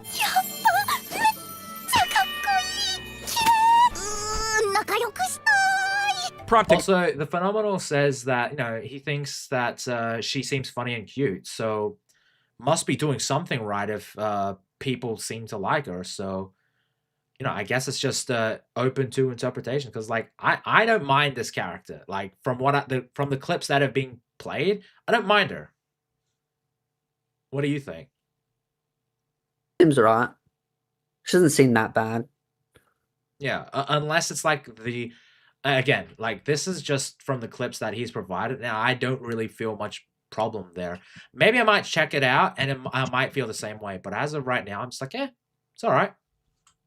Rex to explain why he only ever uses a shield. See, he's got full dive non-conforming syndrome, a rare disorder that causes his muscles to lock up when he tries to swing a sword, but doesn't affect any of his other motor functions in any way. And if you hear that and think, hey, that sounds super duper made up, congratulations, you're smarter than literally every other character in this story. With their gear upgraded, they go off to fight a random boar, then on the way back to town, they stop to yell at Kirito, in case you forgot in the last 15 minutes why everyone is mad at him. Then some wolves show up and Kirito kills a bunch of them, and they're like, dang, if we want revenge on that guy, we gotta get way stronger. And then, 22 minutes in, we actually start the main story when they ask Asuna to help them get better. So she teaches Emirune to parry, and then they fight a boar, and then they fight a different boar, and then they buy a hair accessory, and then they fight some tentacle monsters, which goes exactly how you'd expect.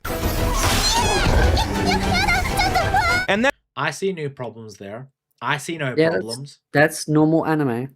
Yeah, exactly. So, like, again, why are we, like, I don't know. It's just like, really? We're doing that? But, Feels nitpicky. yeah, it feels very nitpicky. And Asuna kinda sorta teaches Emirune how to do a linear, and then they fight a big deer with Iori's party, so you don't forget that this is a tie-in to the video game, during which those high school bullies show up to make fun of everyone again, but then Rex throws some knives at the deer and Sharpay gets all horny watching him, and you better remember that, because it's gonna be really important later. But then, even though that's the only fight in the show so far that he wasn't useless in, he starts getting all sulky about how useless he feels thanks to his fake condition he made up, prompting Emirune to try to cheer him up with somehow her most irritating bit yet. I feel like complaining about the condition is such a weak thing to come up with. It's like, again, yeah, it's made a condition up, okay? It's kind of the point of the story. It's not like it's a crime to make up a condition. It's like saying that I mean, okay, if you want to pick at the fact that he's made up a condition, then you've made up a piece of technology that allows people to dive into a virtual world with your brain. It's such a moot point. Yeah, because, like, I feel like, look, listen, you're able, like, if you want to create a condition in, like, a medium, that's fine. So I don't get why, because, like, it is awkward when you say, like, oh, this person has, like, cancer and all that, and then it's like they get magically cured through, like, superpowers and all that. Like, that's always awkward. So, like, sometimes they make up, like, fake conditions to, like, use that as a vehicle to, like, illustrate the point of, like, Yeah. and a way of saying, hey, this guy's got cancer, this guy's got a brain condition or something like that. So I don't really see, like, the issue on, like, pointing that out. It just So Razor, the character's not faking it. It's that it's a fake condition. It's just it's a made up condition in the real world, right? So within the frame of the story, it's a condition because it's a fictional story with a fictional condition. But he's complaining, saying, "Oh, the character made up a condition because it's a condition made up for the story." It's just like, okay, bro, you just seem so petty. A big example in like, I'm gonna use the Western comics as an example, but a big example is in the movie Batman and Robin. They created a thing called McGregor syndrome for Mr. Freeze's wife. That is a fake condition that, it's just something that carried over from the material and all that, but that is a fake condition, right? That's what this guy has. He has a fake condition that is just used for the plot, right? It's just the thing that this character has, but he's saying, oh, he's faking it and all that, and it's sort of like, okay, but you're nitpicking a fake condition. Like, I don't get it. I'm surprised they're still making Sword Art Online. They recently announced a movie for it. Sword Art Online is still going strong. Like, it's just in different mediums. I think they're just killing time until the light novels are enough ahead so that they can make a 5th or so season. Because I feel like that's what because this anime movie that they're making is after season 4 or so. So I think they're probably going to make another season of anime of Sword Art Online or so. I mean, A1 Pictures is just like, they're just bouncing between Solo Leveling and Sword Art Online, I guess.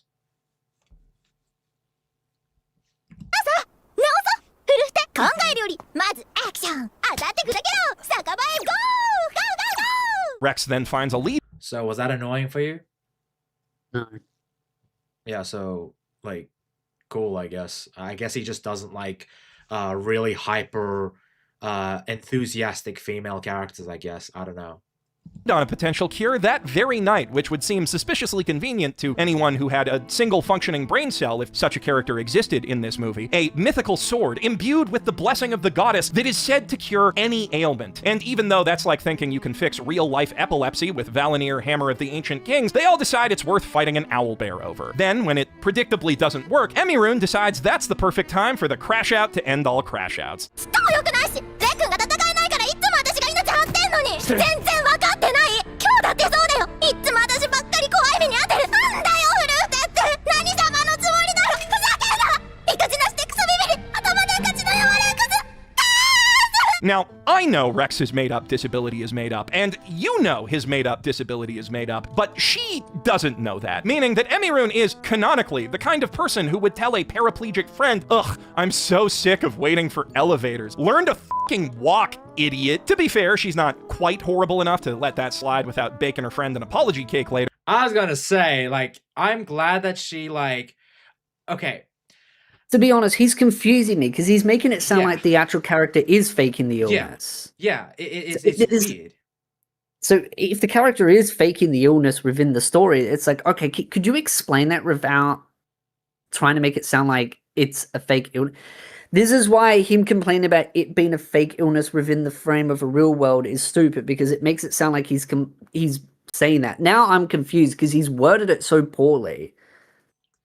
And I don't know if he was just being sarcastic or if he's actually legitimately saying that the character is faking the illness. Yeah, because Razor was like, see, that's why I'm confused. I kind of Yeah. agree, because, like, it does come across like...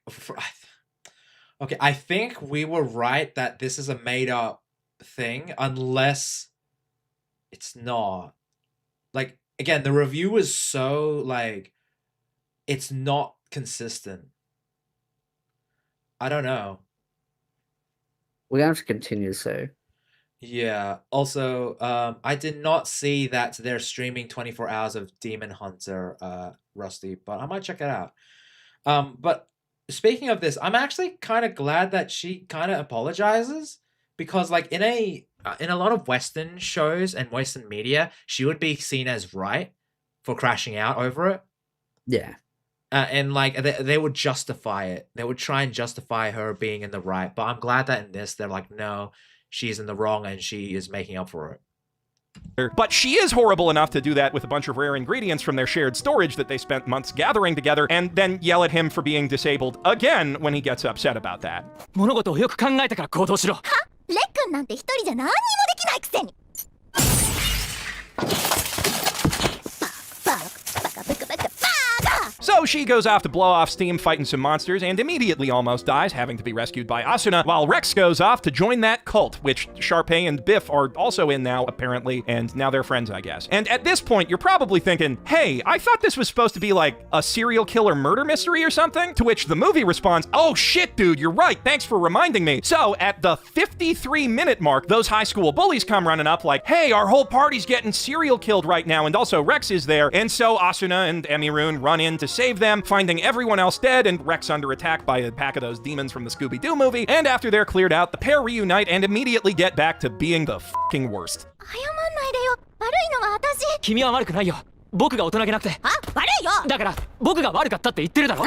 ストップ Okay, I'm gonna be honest. I've had like a ton of conversations where I'm just like, I'm sorry. Like I feel bad, but they also feel bad. So like it's just basic stuff. Like this is just, I don't know. Like I've had conversations. This like review feels too confusing because he's wording it's all over the place.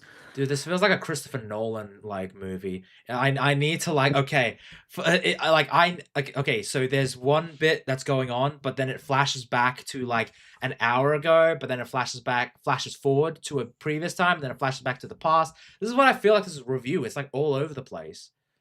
Also, hello, Miss Sparkles. Hello, Mum. Great to see you here. Thank you, Internet Miss Mum. Sparkles. Yeah, she comes in with the sparkles. Thanks, Asuna. I was this close to ending it. But what does she get for helping these assholes? A story about her boyfriend murdering a bunch of dudes in cold blood, which obviously she doesn't take well and wants to go off and ask him about, but Emirune refuses to let her leave unless she duels her for it first. And at this point, I kind of think it goes without saying that our yappy excuse for a protagonist can't go without saying some fucking bullshit for more than 2 straight seconds in that fight.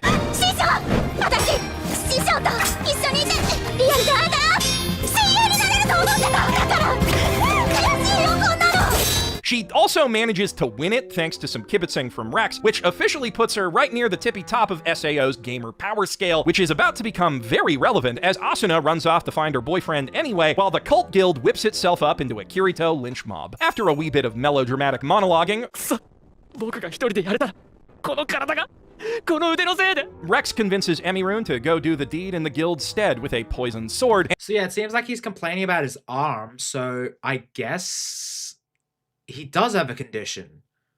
Yeah. That's why it's confusing. Unless he was being sarcastic. Okay, best case scenario, okay. I think that what he's going for is that he is saying, he's complaining that this person, that the female protagonist is complaining about his condition, and that makes him a bad character, even though it's a fake condition. It's a fake condition to us, but it's a real condition in this universe. And that, you know, again, it's so confusing. Oh God. Ugh, I don't know how I feel. Fucking review. It's so confusing. And she doesn't bat an eye when Sharpay asks her to record it for a snuff film either. And indeed, after she ambushes the Black Swordsman, Rex finds that very snuff film in their shared inventory, clearly showing her stabbing Kirito just off screen. Which is where the killer was. Maybe it was Kirito all along. No, of course not. After Rex gives her the old "where my hug at, girl," Emirune finally begins questioning his narrative, and all it takes is like 2 seconds of pushing to make him reveal the birthmark on his forehead that's really shocking for some reason that the movie never bothers to explain, and start monologuing. And boy howdy, does he ever monologue. あーバレちゃったか今回の君は100点満点現実の世界で人間が動物を自由に殺す権限は誰が与えたのかな神様かいや違うよねシステム上プレイヤーを殺せるということはつまりその自由があるということさ油断してるバカな奴らへモンスターのヘイトを向けて MPK を仕掛けることだってできる虫けらのように蹂躙されて死んでいく様は震えるほど快感だった考えて So he's the bad guy. Okay, I mean, I kind of wish he, you know, explained it a bit more. I guess it is fake. Again, his review's all over, so like, I should know, like, if this is an actual fake condition or not. And that he was faking it in order to get it, but oh, fuck's sake. Oh. I'm not gonna lie. He's actually kind of selling this to me, because I kind of just want to actually watch the damn thing myself in order to see, like what is going on. Because, like, I don't know. I don't get this. This review is so bad, and, like this is, like, something that's, like, oh, it's... Google it, Tony. I think I might, Razor. I might actually do it. This is fucking confusing as hell. 見てよ賢いものだけで作る世界 Like, do you want to check this out? Because, like, I feel I'm in the mind of I want to check this out just to see how bad it is. God damn this. それは世界を汚すものが存在しない機能性と完全性が共存する美しい理想郷だそれが僕には作れるキリトを悪人に仕立て上げるのは簡単だった目覚めた君もすっかり信じ込んでいたよいい顔だずっとその顔が見てみたかった人を殺す感触そして君はどんないい声で泣いてくれるのかさあ先生とお勉強の時間だ You know this motherfucker's Sephiroth posting all over Twitter.com. Well, you know what they say. Can't bake a pie without So losing a dozen he has to men. bring up Twitter. Yeah, of course he does. You're going to buy this game. I have it. Let's just say a friend procured it to me through certain sources, let's just say. But yes, yeah, he's going after Twitter again, obviously, because his political biases seep through. Yeah. Can't just be a confusing review. It has to be a confusing review with his own personal biases. Thank you. Thank you. Oh, you're an irredeemable monster! What took you so long, idiot? We're only on floor 3, and he's already got a code name for his evil scheme. それこそが僕のプログラムエデンだ。プログラムエデンだと。このアインクラッドから愚かな群衆を排除し、里木人間の最高の理想郷を作り上げるんだ。君たちは僕を悪人だと思っているようだが、人間にとっての悪とは、悪の根源とは人間の弱さだ。この世界に囚われた多くの愚かなものを見てみろ。強い者が失敗すれば群れて吠える。This shit goes on for 10 minutes, only briefly interrupted by Kirito swooping in to save Emirune, because obviously they faked the snuff film. Rex ain't done monologuing either, but first he's got to drop a smoke bomb and run off to enact his dastardly plan with the help of Sharpay, who is suddenly inexplicably crazy and evil. これで二人の王国が築けるんだね。 Hey man, you got a chick that's willing to ride or die for you? That's a keeper right there. Even if she is, well, bought into your insane shit. But still. Yeah, you know? she seems nice. Yeah. Unlike other women out there. Speaking from experience. Yeah, well, I've got stalkers and I got someone whinging about my fucking shirt. Wait, you got someone whinging about your shirt? Who? Sparkles was whinging about my shirt. Oh, it's too loose. And I'm like, that's how it's made. That's why I'm saying she's my mom, okay? She's like my internet mom, okay? Yeah, I don't need an annoying mom. You got an internet mom. If I wanted okay? that, you should be safe. You should be safe on your She's gone streams. now. Okay, you should be safe because she's not into anime. So like, this is you warded off mom, okay? Yeah, I have superior taste, so that's why she's not into it. They do take a moment in this interlude to explain how Kirito got the orange plum bob at the start of the movie, though, which is he just randomly stole some shit from Asuna's house while running out on her to deal with the player-killer threat alone, and then... I thought the orange was only for PKing. Like, I unless it's anything illegal. I don't know. Okay. Maybe item theft, who knows? Yeah, potentially, but it's just sort of like okay. Into them while it was still orange. So, you know, just a total coincidence. The most satisfying kind of solution to a mystery. So, what is Rex's evil plan then? Well, he posts a bunch of maps to really dangerous areas on the bulletin board with the note saying, hey, there's a special item here that'll let you log out of the game, and then everyone in the entire movie's an idiot, so they all just believe it and immediately run off to get killed. That means Kirito and Asuna have to go save everyone while Emirune runs off to confront Rex alone in the dungeon where he's hiding, which buys him enough time to monologue a marriage proposal at her. まずは謝るべきかな。失敗を認められない者に王の資格はないから、僕に欠けている大事な要素を君だけが持っていた。は？愚かさと弱さ。君を深く理解することで僕の思考。 Bro, the more I'm like listening to this, maybe this guy has a point. He called her stupid and like you know, I'm like, maybe this guy is kind of based. You know, maybe he's got a point. Base villain. It is for PK. Okay, so Rusty, I was right. So Rusty said it is for PK. So like, I guess item theft is added to the list, I suppose. I don't know, because like I remember in the show that I remember in like season 1 there was the whole bit where Kirito explains that it was very much just purely because, you know, you get the orange and then you go red if you kill enough people. Women aren't smart. Don't lie in chat.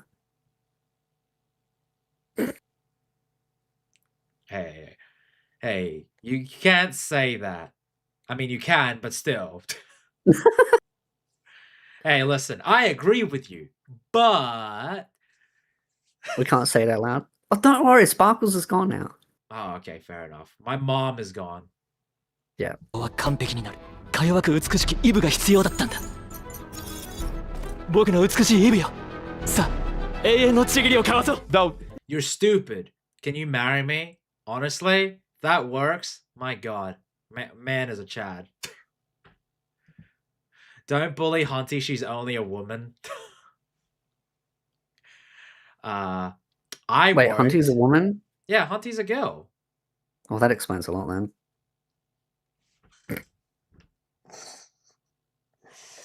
Oh my God. Okay.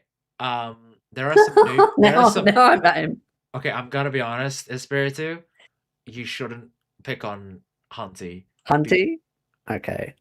No, not because of me. Because if you pick on Hunty, holy shit, my community will roast you.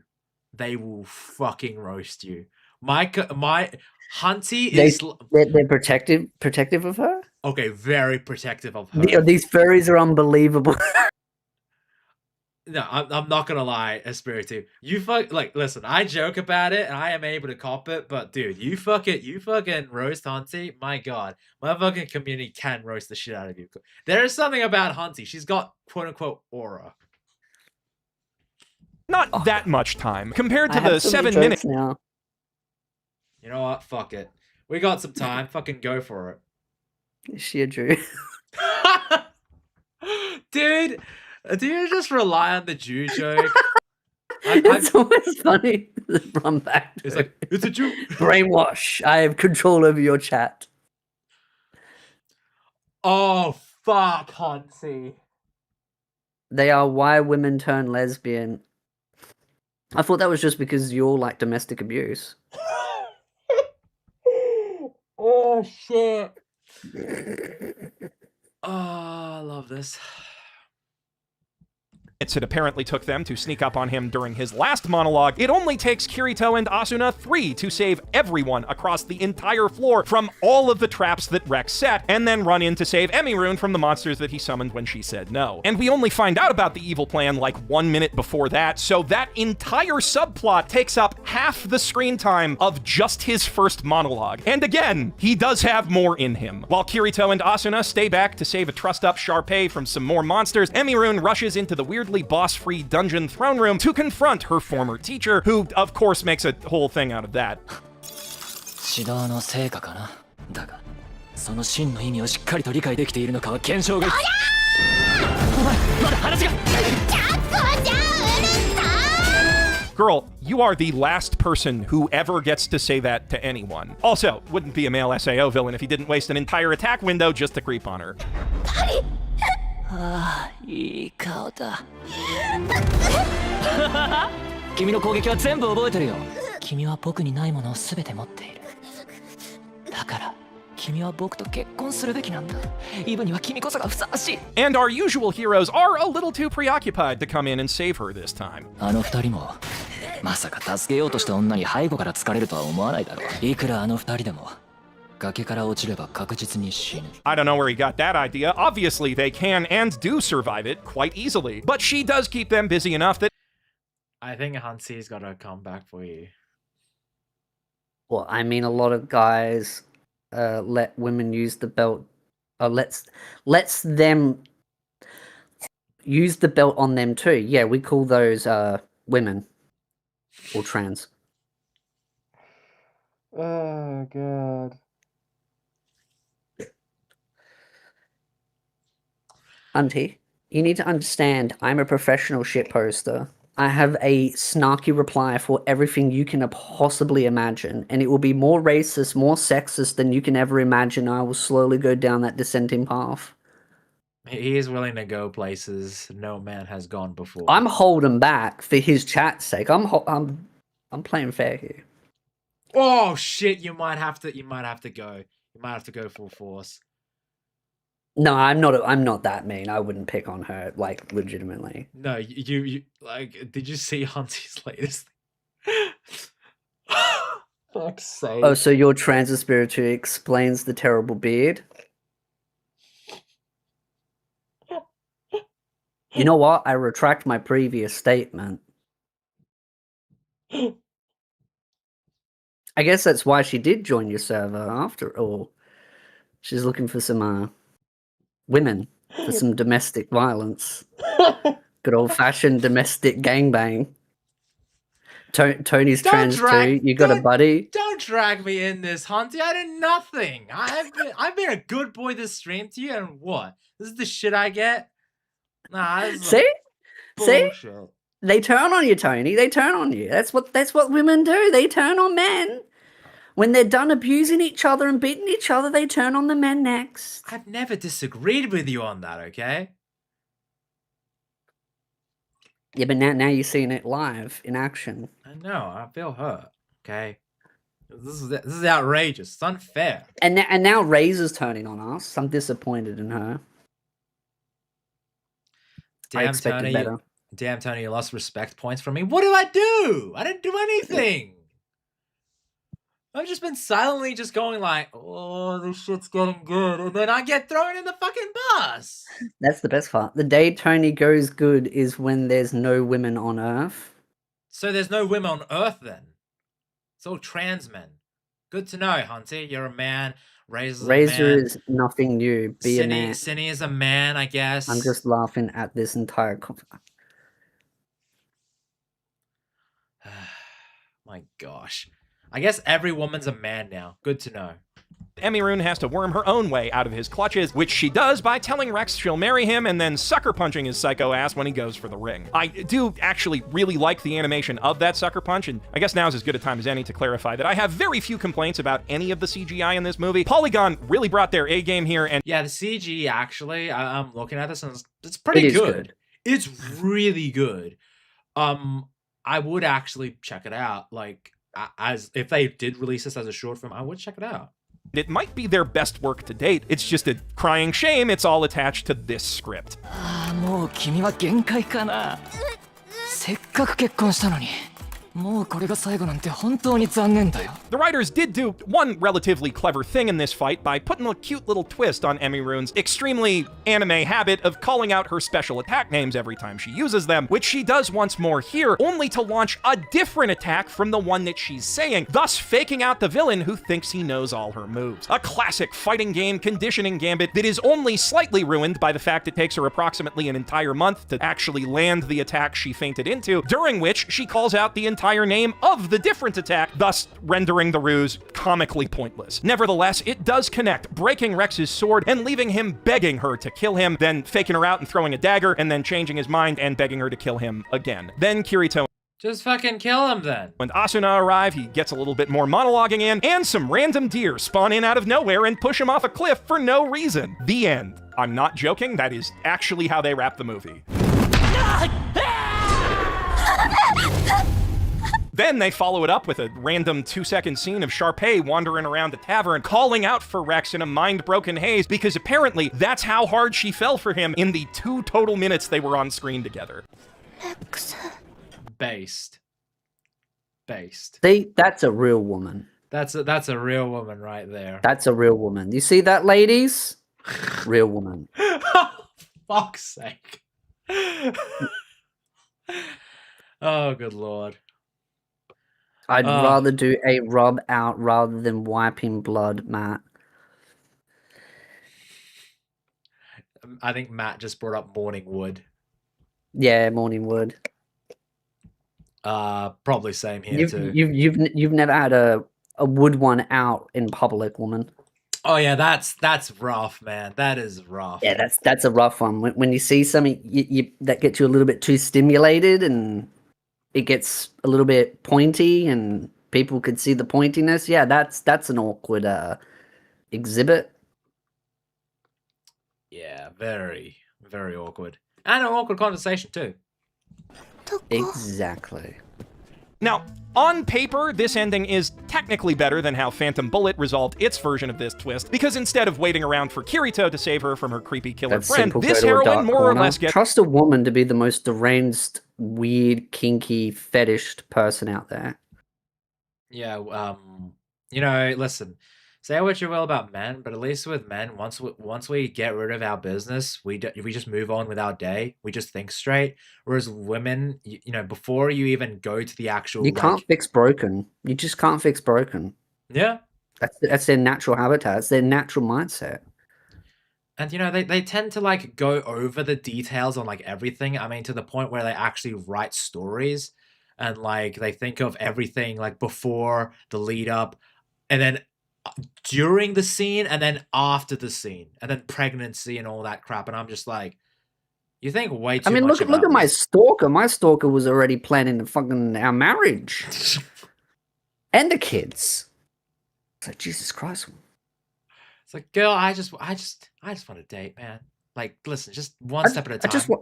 I just want a normal functioning girl with a couple of brain cells that don't go psychotic on me.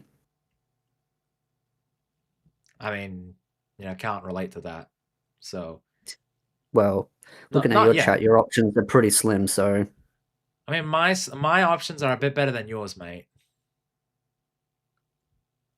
To save herself. Very SAO progressive of them. But in practice, it ends up being substantially worse than the worst part of the show, partially due to the deer thing, but mainly because, of course, that heroine is Emirune, and I simply do not want to see good things happen to her, or bad things, or anything. She is profoundly, almost incomprehensibly annoying and unlikable in a way that future generations of extremely patient waifu scientists must one day study, and if I never hear her make a shrill moe blob noise again, it will be too soon. But tragically, it does seem like this won't be the last that we see of her and only dogs hear of her, because right before the credits, we see Rex, who predictably survived his fiery off-screening, getting recruited by a dude from Laughing Coffin. On the bright side, though, this film has finally, definitively proven that it is, in fact, possible to create a worse Sword Art Online protagonist than Kirito. And for me, at least, there's another bright side, which actually has nothing to do with this movie, even though I thought that it did. This project finally pushed me to watch Sword Art Online Progressive, and those movies are actually really good. Not amazing. So he hasn't actually watched them. So that's just funny that he didn't watch them beforehand. And what a coincidence, he deliberately doesn't watch what is good. I know. Like, if he actually liked them, shouldn't he, like, promote it?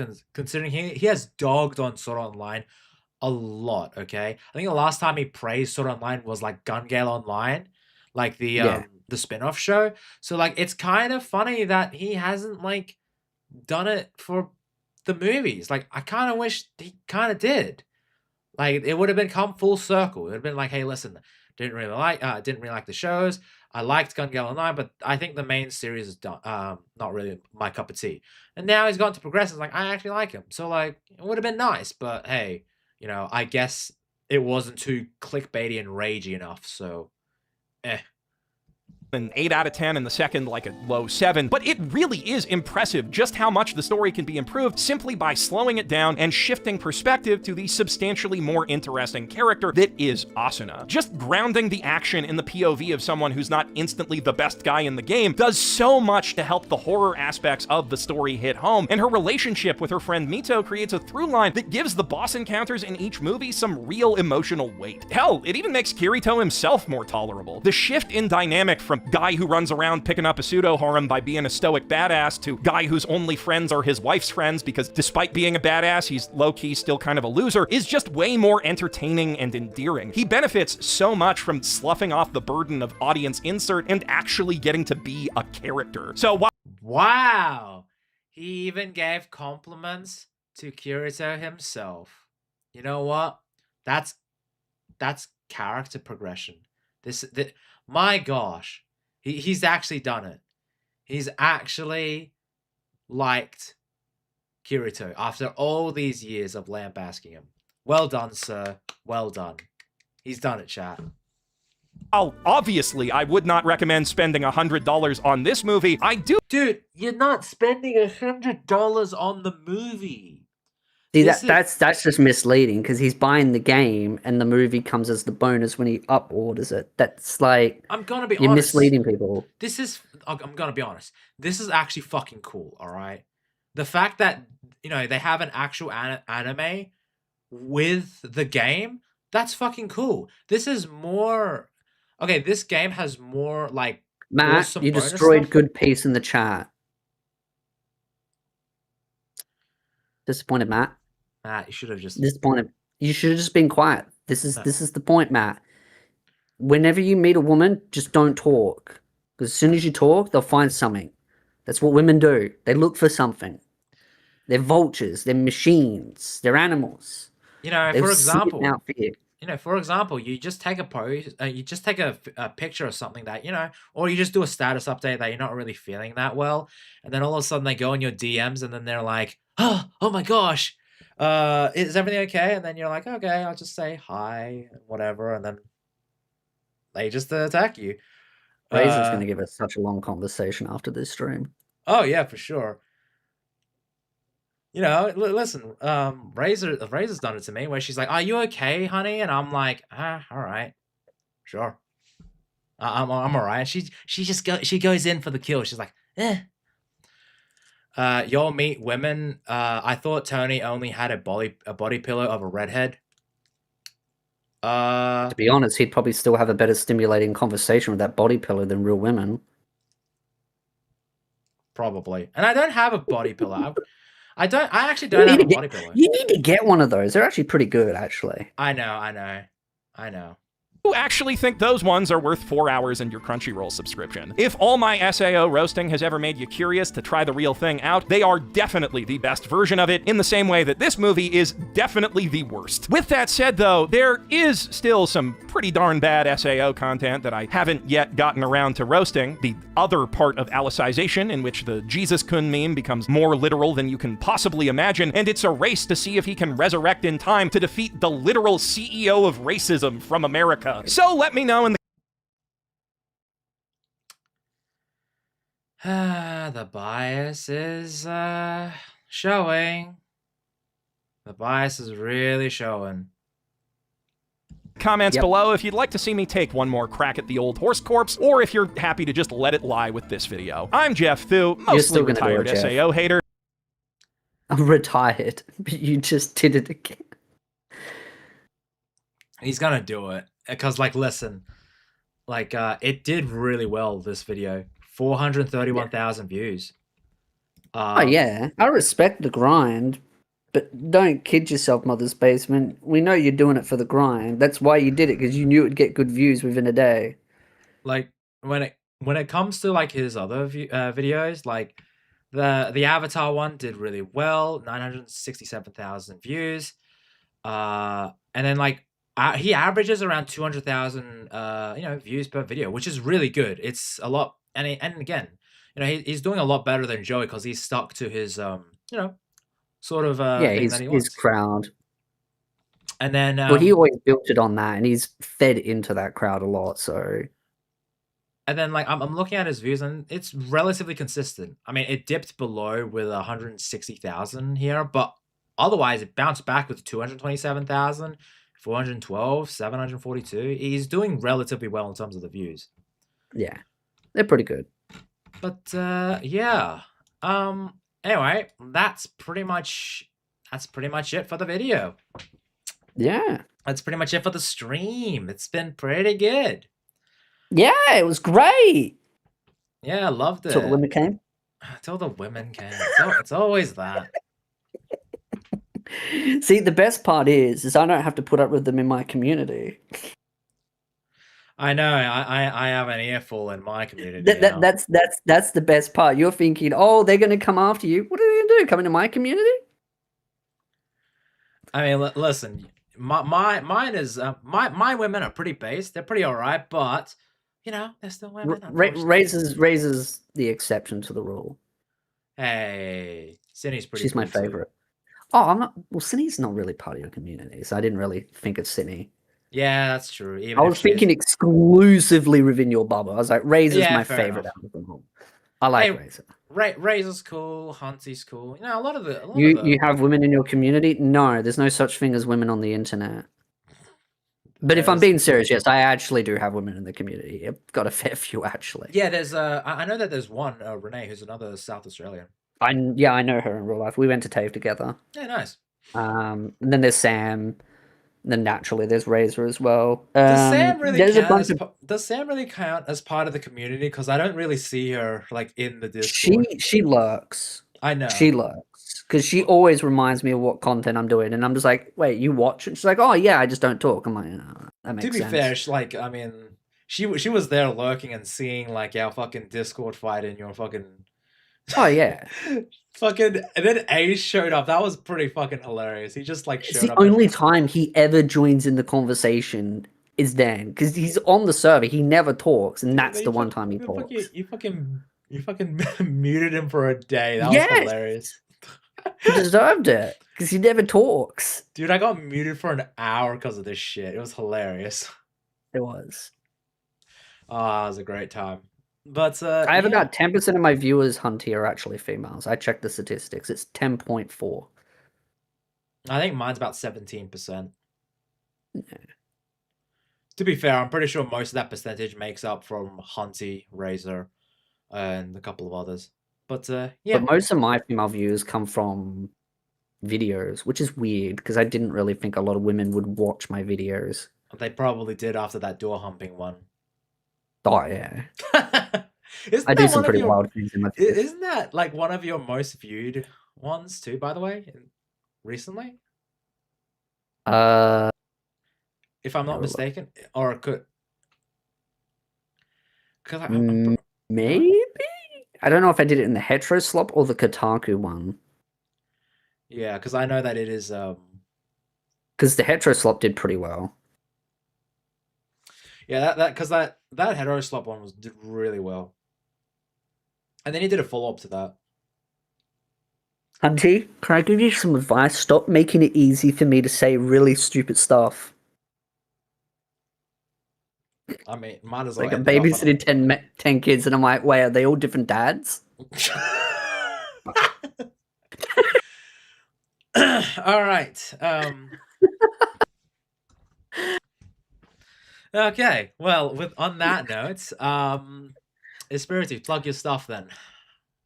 I'm Espiritu. I'm the greatest shit poster of all time and the greatest Goon Lord. Check me out on my main channel, my second channel, and now my third channel, where I'll be talking about robot chicks that fire bullets and want to fuck the main protagonist. And he's gonna piss off the Nikkei community because some of them are, well, some people. You make it sound like I haven't already. Well, yeah, but piss off people even more with this new channel because they're gonna be like, actually, this character's lesbian. Actually, she's not a lesbian. She just wants to ride that juicy, succulent sausage. Oh, fuck's sake. Yeah. And yeah, follow him on Twitter if you want fucking shit posts and all that. And yes, Hunty says, yeah, that's the purpose of quote-unquote babysitting Espiritu. I have 2 sisters and I babysit all them kids. So yeah, a lot of kids. As for me, I'm going to be on vacation. So I probably won't be streaming as much. I'm gonna be trying uploading a lot over the next 2 weeks though. So keep that in mind. But I'm probably going to be on Dark Hours channel in about a couple of hours. So yeah, so I'm gonna try and get some sleep after this. But yeah, that's 6:15, I think, EST, and 7:45 AM, if I remember correctly. So I'm definitely going to hit the hay right after this. And on Friday, or I guess Thursday night for you Americans, before I head off on Saturday, I will be doing a stream, an ASMR stream at 11 AM. So if you want me to hear a bunch of Reddit ASMR stuff, it will be there. Thank you very much for all joining. It's an absolute pleasure. Goon Lords is probably not going to be on the next 2 weeks, but I'm thinking, Espiritu, you're probably going to be streaming then? Probably. I'll Yeah. find something stupid to go over. Yeah, so again, you got 2 weeks of material to go on. I'll definitely be I'll definitely try. If I run out of material, I'll strip if I get paid enough. You hear that? If he gets paid enough, he can strip. So, ladies, if you want to see a trans bearded man, Exactly. Apparently my beard's terrible. go there. I want to see if there's anyone to rate on YouTube. Do you have anyone, Espiritu, that's live streaming on your end? No one really streams at this time of the night. Oh, hey, we're YouTube featured. Let's go. Let's go. I just looked on YouTube. Nice. Yeah. Also, Hunty says, "Ew, no." I guess I guess that's one that you can't please. I'm sorry. I mean, I can't blame her. I mean, she's used to sleazy douchebags that probably got beer bellies, so she's not really into the refined stallions like myself, and that's understandable. She can't afford it, and that's fine. You know what? We're going to raid into Desirable Bottom on YouTube.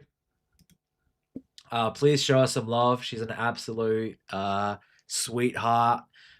She's a great VTuber. Please check her out because she's a really fun Canadian. Show us some love. And yes, she does have a desirable bottom. But thank you all for joining. It's an absolute pleasure. Espiritu, you're a legend. Thank you very much for doing this as always. Love you like a brother. Yeah, I love you like a brother too. Let's not go in that gay way thing again, like you're trying to do on the Discord. I know Hunty and Razor want us to, but we just they need to respect our boundaries. I know they're trying to ship us, and it's just kind of weird. So, like, you know, as like I love you as a brother. Kinky And that's ladies. it. Yeah, Exactly. You know, that's the thing. Like, women just like to ship two guys together. It's like, why can't it just be like two guys be bros, and that's it? Exactly. You know, and maybe they're just pushing this channel to be a homo slop instead of hetero slop. You know, my gosh. Fuck you, Matt. We're not gay. All right, be good people, everyone, and we're not gay.